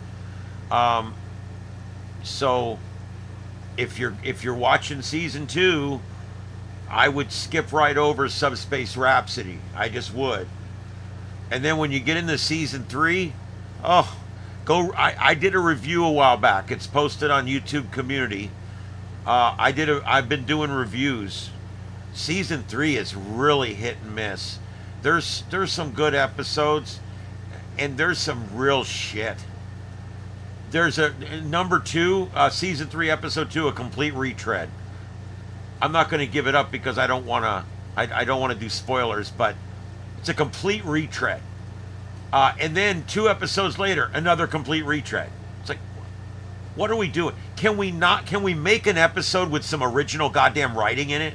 Why does every episode have to be the retelling of an old story, or the retelling of something that hasn't happened yet, or a retelling of something that we've kind of already did?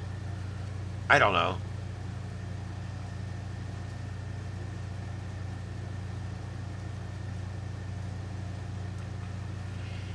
The whole thing with Spock and T'Pring is outside canon. It doesn't work with what we know about Spock and T'Pring. Okay.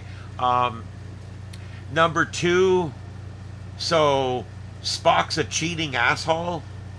I mean, he's doing Christine while he's married to what's-her-face.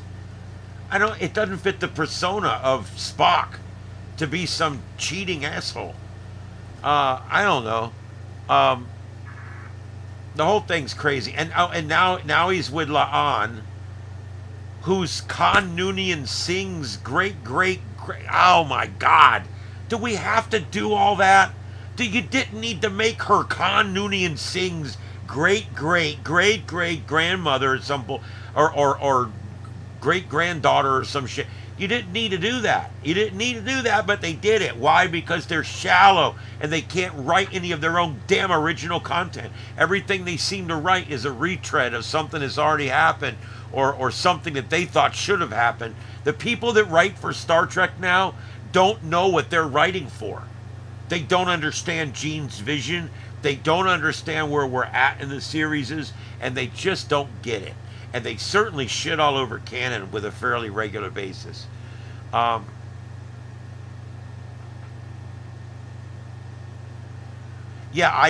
Disney. Oh God, Disney breaks my heart. Disney breaks my heart. I grew up in Disney. We went to Disney every year. We lived 3 hours from there. We used to go to Disney back when it was called Disney World, because all it was the Magic Kingdom. That's it.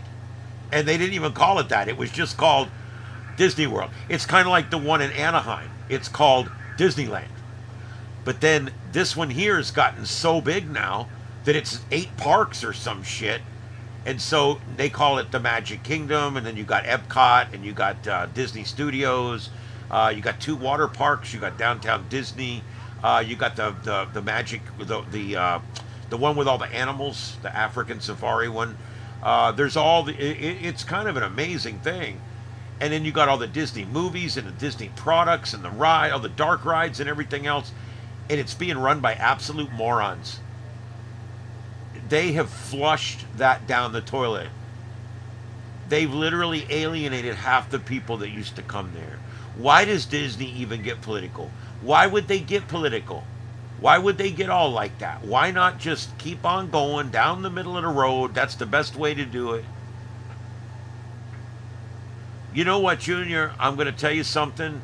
I actually was hoping that in the short future here, in the next few years, that maybe we can start creating our own Star Trek. I've got stories I can write with AI. And I don't know if you guys know about book writers. Have you guys heard of book writers? There's actually websites out there. You pay them a couple $100 and it writes a book for you. Now, it takes hours. It takes 50 or 100 hours to do it because it still has to come from your brain. But basically, like if I was going to write, let's say I was going to write a Star Trek novel, okay? We'll just... So, we've got our Star Trek novel, okay? And I want to write a Star Trek novel. I want to write it about this one here. I actually read this one years ago. This is called Vendetta. I've got a whole row of these books up here, an entire shelf of these books. And I've read every one of them. I love these books. This one here, if I was going to write this book, what you would do is you would start with... you would write down, basically, you would use AI and you would voice dictate. We're going to start with all of the physical places. Where are we going to go in this book? Okay. All right. So the first place we're going to go is we're going to go to Ceti Alpha 5, and we're going to go there, and that's a planet in the Ceti Alpha system. Ceti Alpha 6 did something a while back, and that planet's all. And you explain it all to the computer. Then it'll say, okay, what's next? We're going to be going to Starbase 10. Starbase 10 is a Type 6 starbase that holds about 1,200 people. It's an open space. It's near Beta Origai, whatever. You can make up the whole story. Okay, what else? The next thing we're going to do, the USS Enterprise. Okay, it's the Galaxy class USS Enterprise from Star Trek The Next Generation. It's the iteration from the 5th season. You basically get real specific. Then when you get all of your places in, then you start with your cast of characters. Who's going to be in it? Now in this case, it's easy because I can go get the Star Trek playbook for Next Generation and plug in the Picard character, plug in the Riker character. It's a 4-paragraph explainer of who that character is. Okay, you put that information in there. Now you get to the point where you've got all your characters in there, but now I got a Borg character in there. I'm going to have to explain what a Borg is. So I go on to the Starfleet website. I go to Memory Alpha, and I can actually get the explainer on the Borg, and I put that in there. Okay, now I'm going to have a guy that's never been in Star Trek before. So now I'm writing a character. Okay, so now I dictate into AI, okay, this character, he's 32 years old. He's half Romulan, half whatever, Terran, and he's a scientist. He's got several master's degrees in these different things, and he works on Starbase 10, and this is what he does, and he's married to this woman that's off the Starbase. We never meet her, and you put all this in. When you get done with all the people that are in the book, okay, then you start to set up a basic timeline of how you want it to happen. Chapters. So, okay, so the thing's going to ask you, okay, so what are some of the things that are going to happen in the book? So you start.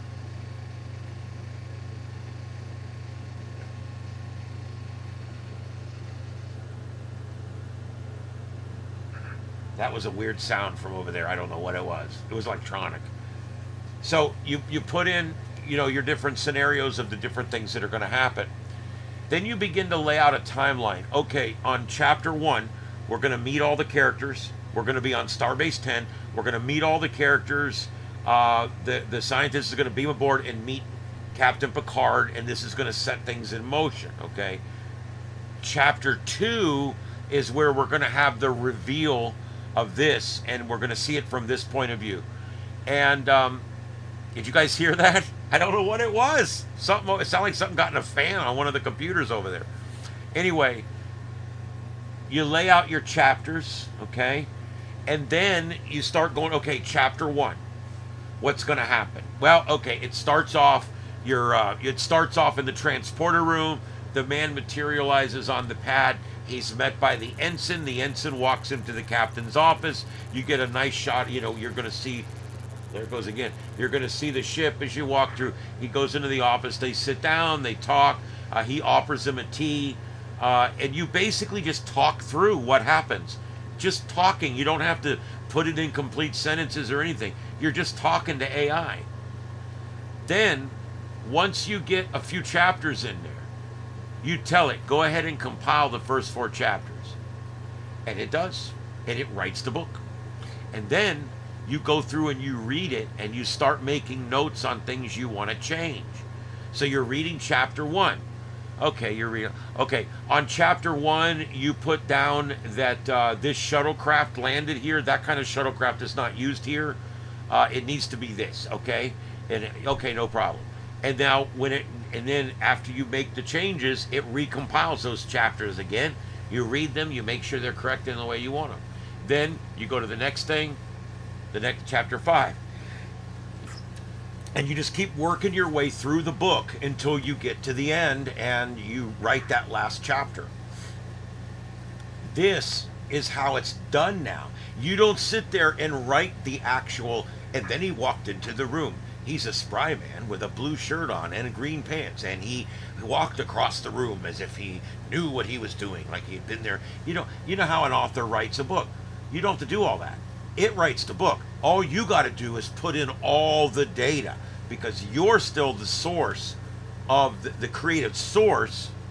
It is simply organizing your creation into a readable book. Okay? And there's whole services that do this. You can write autobiographies, you can write biographies, you can write fiction, you can write nonfiction, you can write just about anything you want in this format. And it it's pretty cool. You want to do a Nancy Drew mystery? You literally would go on the Nancy Drew thing and you would pull down all of the descriptions of all the people that are in those books, and you would feed that in there, and boom, there's your list of characters. If there's a place they're always at, you would take the description of that place and plug it into the book. So the book knows when they go to the great home on 5th Street or whatever, they know that this is a 3-story residence where Mr. and Mrs. Smith live, and da da da da da.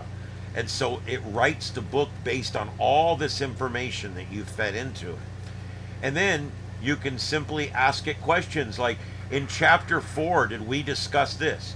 Well, yes, we did. We discussed this here, and it will bring up the chapter where, and the paragraph where we talked about this, and you can make sure that it matches and it works. I know it seems like a long, complicated process, but it takes something that could easily take 100 or 200 or 400 hours and turns it into something that could take 25 hours. And that's a big difference, guys. That's a big difference. And it's getting better. I think that it's going to be even easier in the short future, where you could give even less prompts, like go online and find all the character information you need from there, except these 4 characters which are new to the book.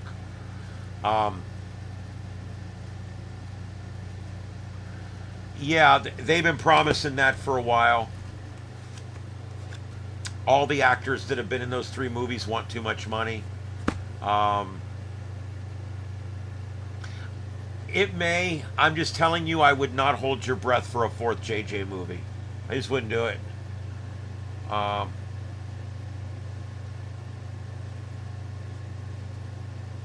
Yes. Yep, this was a good book. I don't remember exactly what happens. I read these 20 years ago, so I've had them a long time.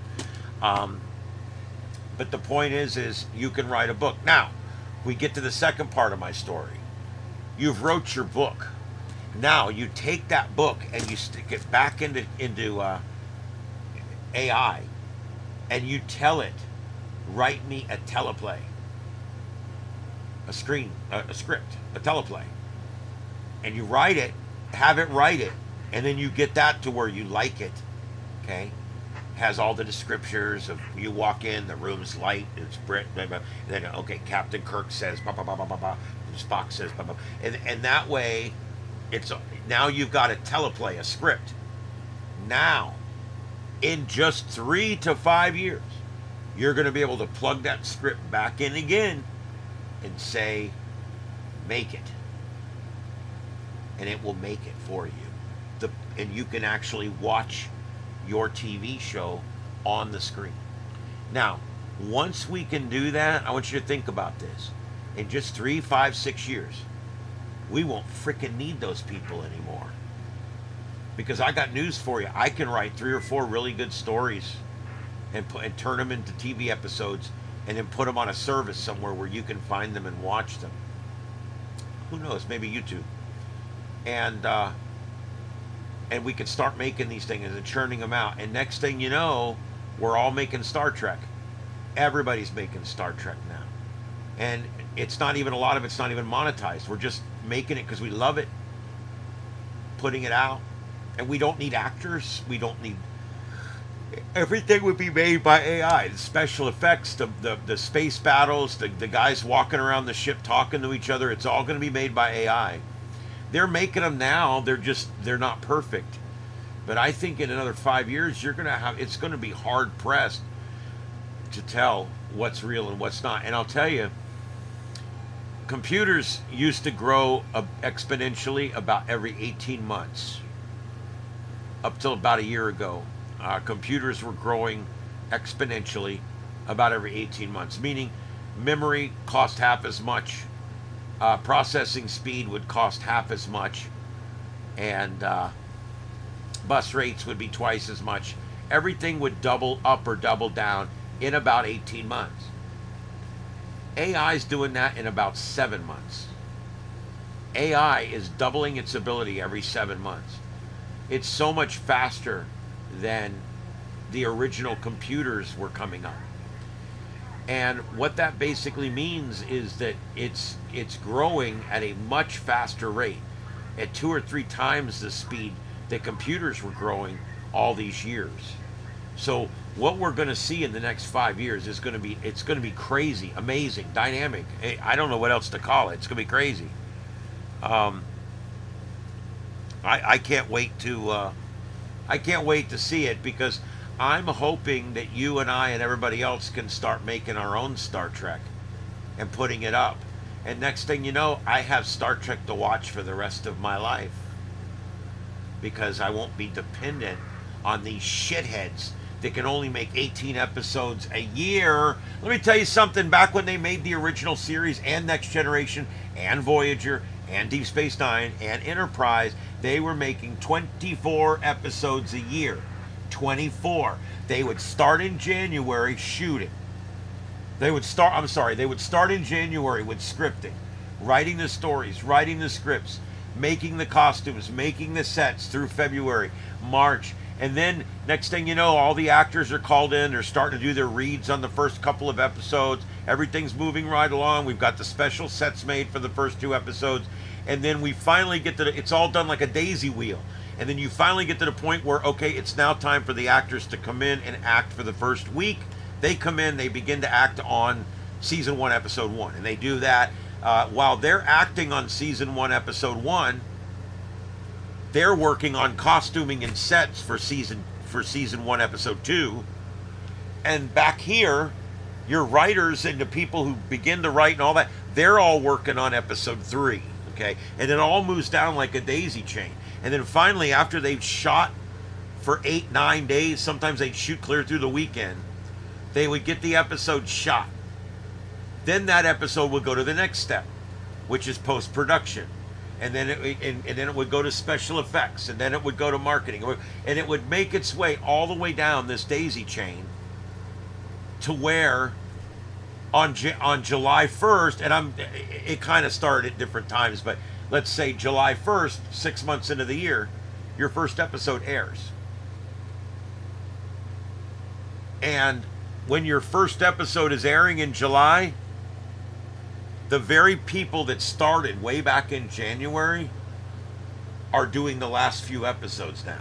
They're literally finishing the last 2 or 3 episodes of the season. And in each step, there's a week, all the way up to the one that's playing this week on TV. That's how they used to do it. And they did 24 for a reason. Because 24 played twice is 48 Thanksgiving and Christmas. That's how it was done back in the 60s and 70s and 80s. So you would have 48 episodes because you would play everything twice. You'd play everything once, play it again. That gives you 2 bye weeks, which would be your 2 big holidays. That's how they did TV back then. It was 24 or 26 episodes. A lot of the places did 26. The first season of Star Trek was 26 episodes. And it was all started, shot, completed, and aired in 1 year. Now, they're taking 18 months to produce a mere 10 episodes. And by the way, they're really not any longer. The original series episodes averaged about 52 minutes apiece. Of course, to cut down and run now, they would need to be 41 minutes. But back then, they were 52 minutes apiece. Most of the new ones they're making now are between 45 minutes and an hour. It's the same amount of time. They're still the same size and everything, except what we used to do 24 and 12, we're now doing 10 and 18. Thanks a lot, guys. And they all get paid a lot more in adjusted dollars.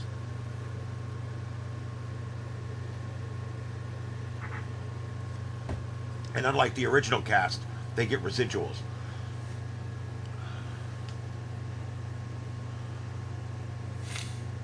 I am too, Junior, but I've decided to embrace it.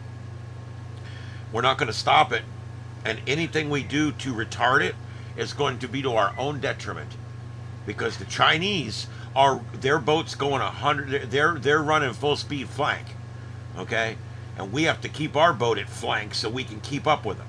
And that's where we're at right now. And if we start putting rules and regulations on it, we're not going to stop the end of the world. But what we are going to do is give China and Japan and Russia and all these other places a distinct advantage over us when it comes to AI. We need to have it first. We need to be out in front, and we need to lead. And we're not going to do that if we start regulating. Regulating stunts growth.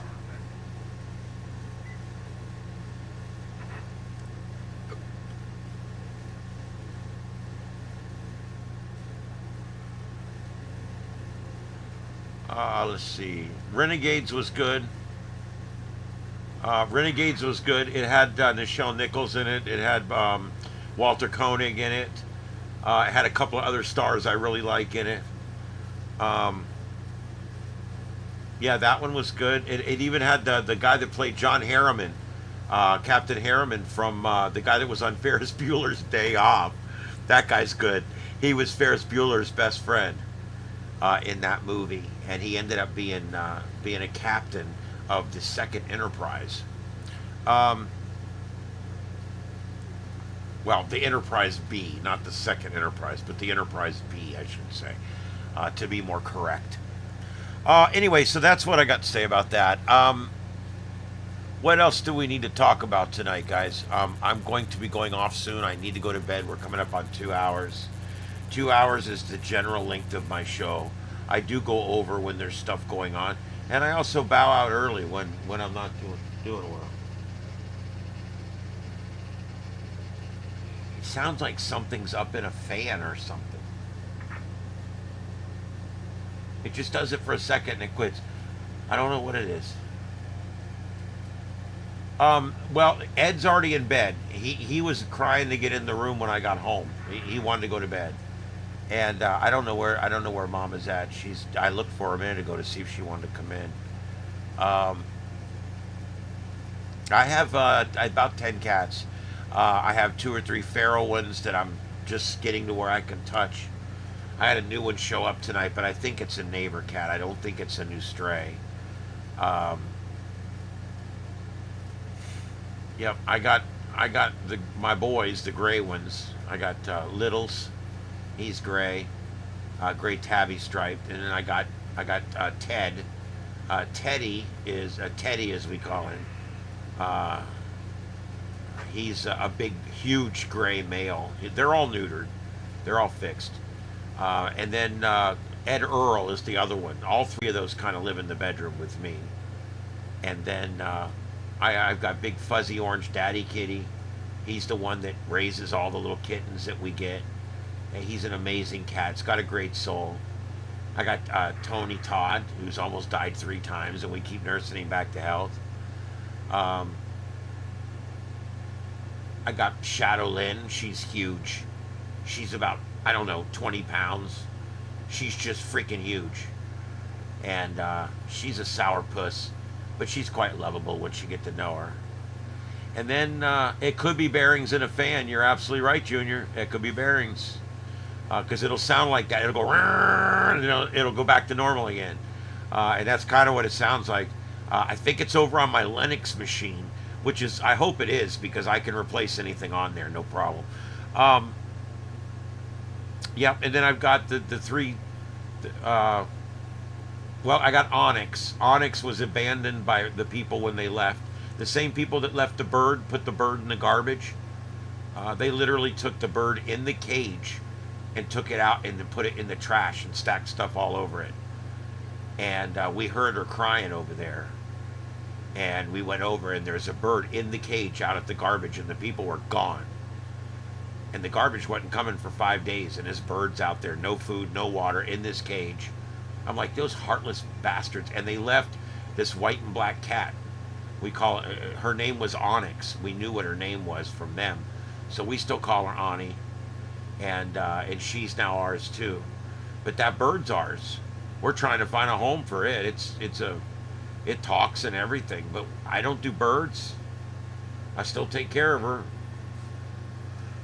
And then we got the three kind of strays. Striper was my neighbor across the street's cat. He died. She started coming over here to eat, and I warmed up to her, and She lives here now. She's fixed. And then I got that little mama kitty out there, and she's had 2 kittens. I've rehomed one, and we've got the other one out there. It's a little Siamese, and she's not. I don't think she can have any more. She's real small and kind of a mess. I don't know. I don't know what her problem is. But these are strays. I can't even really touch them. The last 2 I mentioned. And that's it. That's my cats. I think it's like 8 or 10. I don't know exactly. Oh, and Chewy. Chewy's this male cat that wandered up. I got to get him fixed. He wandered up about 6 months ago, and he was real skittish at first, but I've got him now to where I come in, he's sitting on the dining room table looking at me, and I walk over and pet him. I'm like, what are you doing, buddy?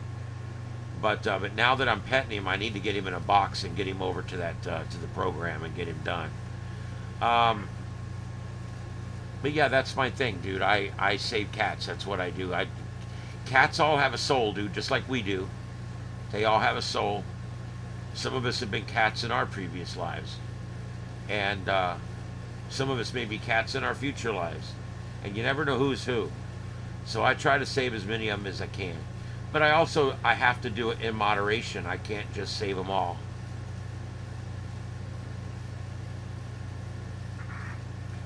BJ, you going on live on YouTube? Or are you going on ham radio? I don't know. You feel free to plug what you're doing if you're doing something in an hour or so.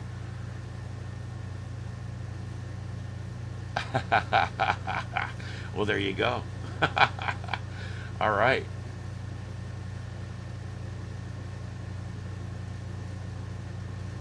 Oh God, I don't know. I'm not a Linux guy. A friend set that one up here for me. We were putting Windows on it. We couldn't get Windows to go on it. And it's a supercomputer. It's a gaming computer. And it would not accept this version of Windows we were trying to put on it. So he's like, here, I'll put Linux on it. Play with that. And he stuck it on there. I don't even know which one it is. Ham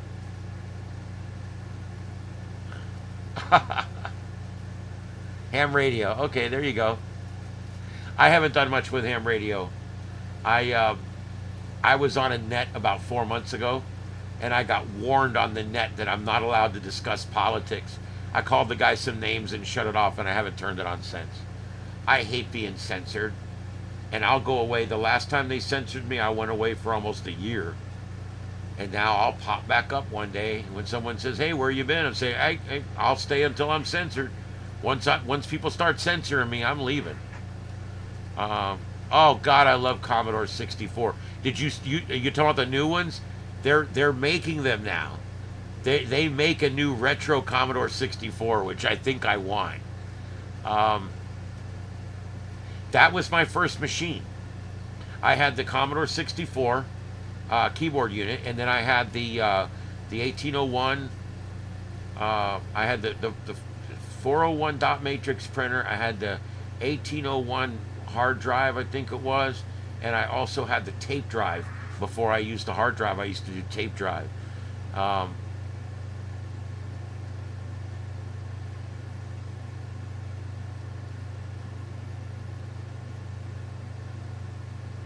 Oh, really?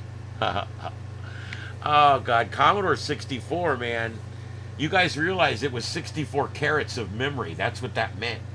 64 carats of memory. This computer has 100 trillion times more memory. Oh, my God. Yeah, that's awesome. I think it's great that they're coming back. I don't know what you're going to do with it, but hey, the one I saw them demoing, it actually had like a faster processor, but it did all the slower stuff too or something. I don't remember. But anyway, it looked like it was pretty cool. All right, guys, let me just recap real quick. It's 11 o'clock p.m. Eastern, 7 o'clock on the West Coast. Yeah, it sounds like a lot of fun.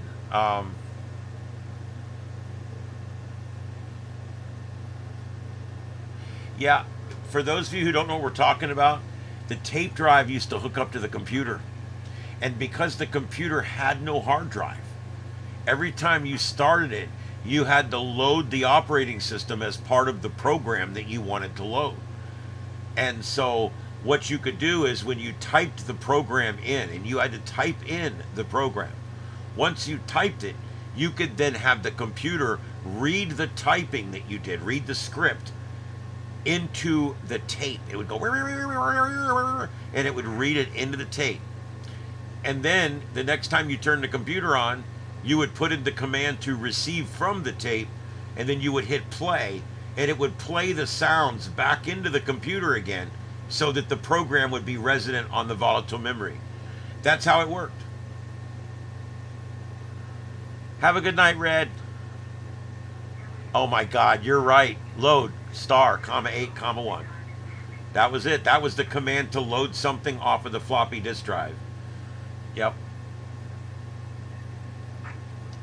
Yeah, I believe comma 8 told it was a disk drive, and comma 1 was which disk drive it was.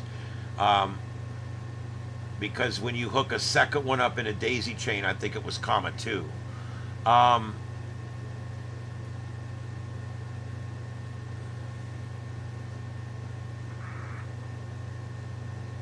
Yep, I'm signing off too, guys. It's been fun. It's been fun. All right, guys, I'm going to go ahead and sign off. We did have a little bit bigger crowd tonight because the announcements went out, I think. Did you guys get announcements? Did you get an alert? Did anybody remember getting an alert tonight? I think this is going to improve. I think this was the answer. And for those just joining us real quick, we've moved all of the manned content to Starship Adventures, and we moved all of the static or unmanned content over to Starship After Dark. So now what you should do is set the notification bell for Starship Adventures and turn off the notification bell for Starship After Dark, because Starship After Dark has 8 streams, and they're going to constantly be going up and down. That's what was screwing me over here, because every time a stream would go up and go down, you guys would get an alert, you turn the bell off because it's driving you nuts. And then when it come time for my real show, you wouldn't get an announcement because I've already done them all. You only get 2 a day. This is going to fix the problem, I'm telling you. We already had a slightly better number tonight. I think, yes, you got an alert. Yeah, so I mean, it looks like a few of it, at least some of them went out. I'm going to do this from now on. Nothing will be on this channel but me. So if it's live, it's me. I'm either on the live drive, I'm on an event, I'm here in studio, I'm doing something live.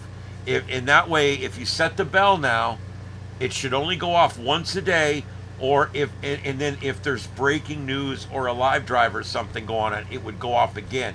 That's it. And so now that should help not drive people nuts, and it will also help because it will notify you when something is really going on. You know what I mean?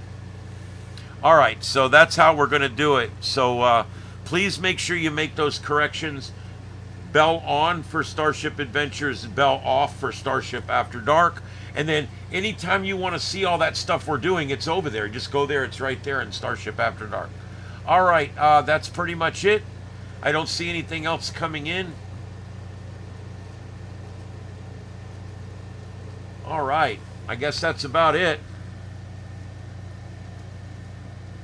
Wonder if I can get YouTube on that Commodore 64. I tend to doubt it. I can remember trying to send, the first time we ever tried to send a small little graphic over 300 baud modem. I don't think it ever went through. Anyway.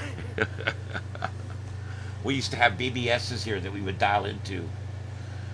All right, guys. Good night, everybody. We'll see you all on the next one.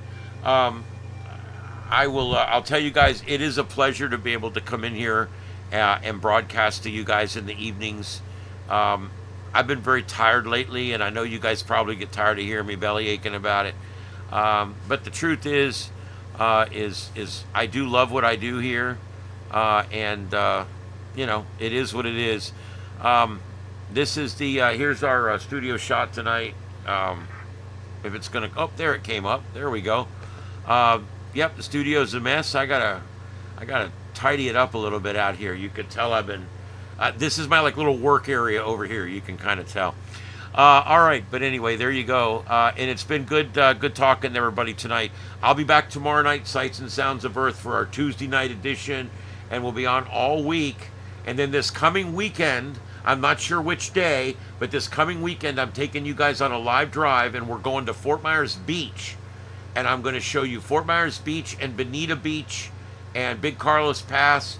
And I'm going to show all that to you from the standpoint of where it was and where it is today after 3 hurricanes was there and what is there now.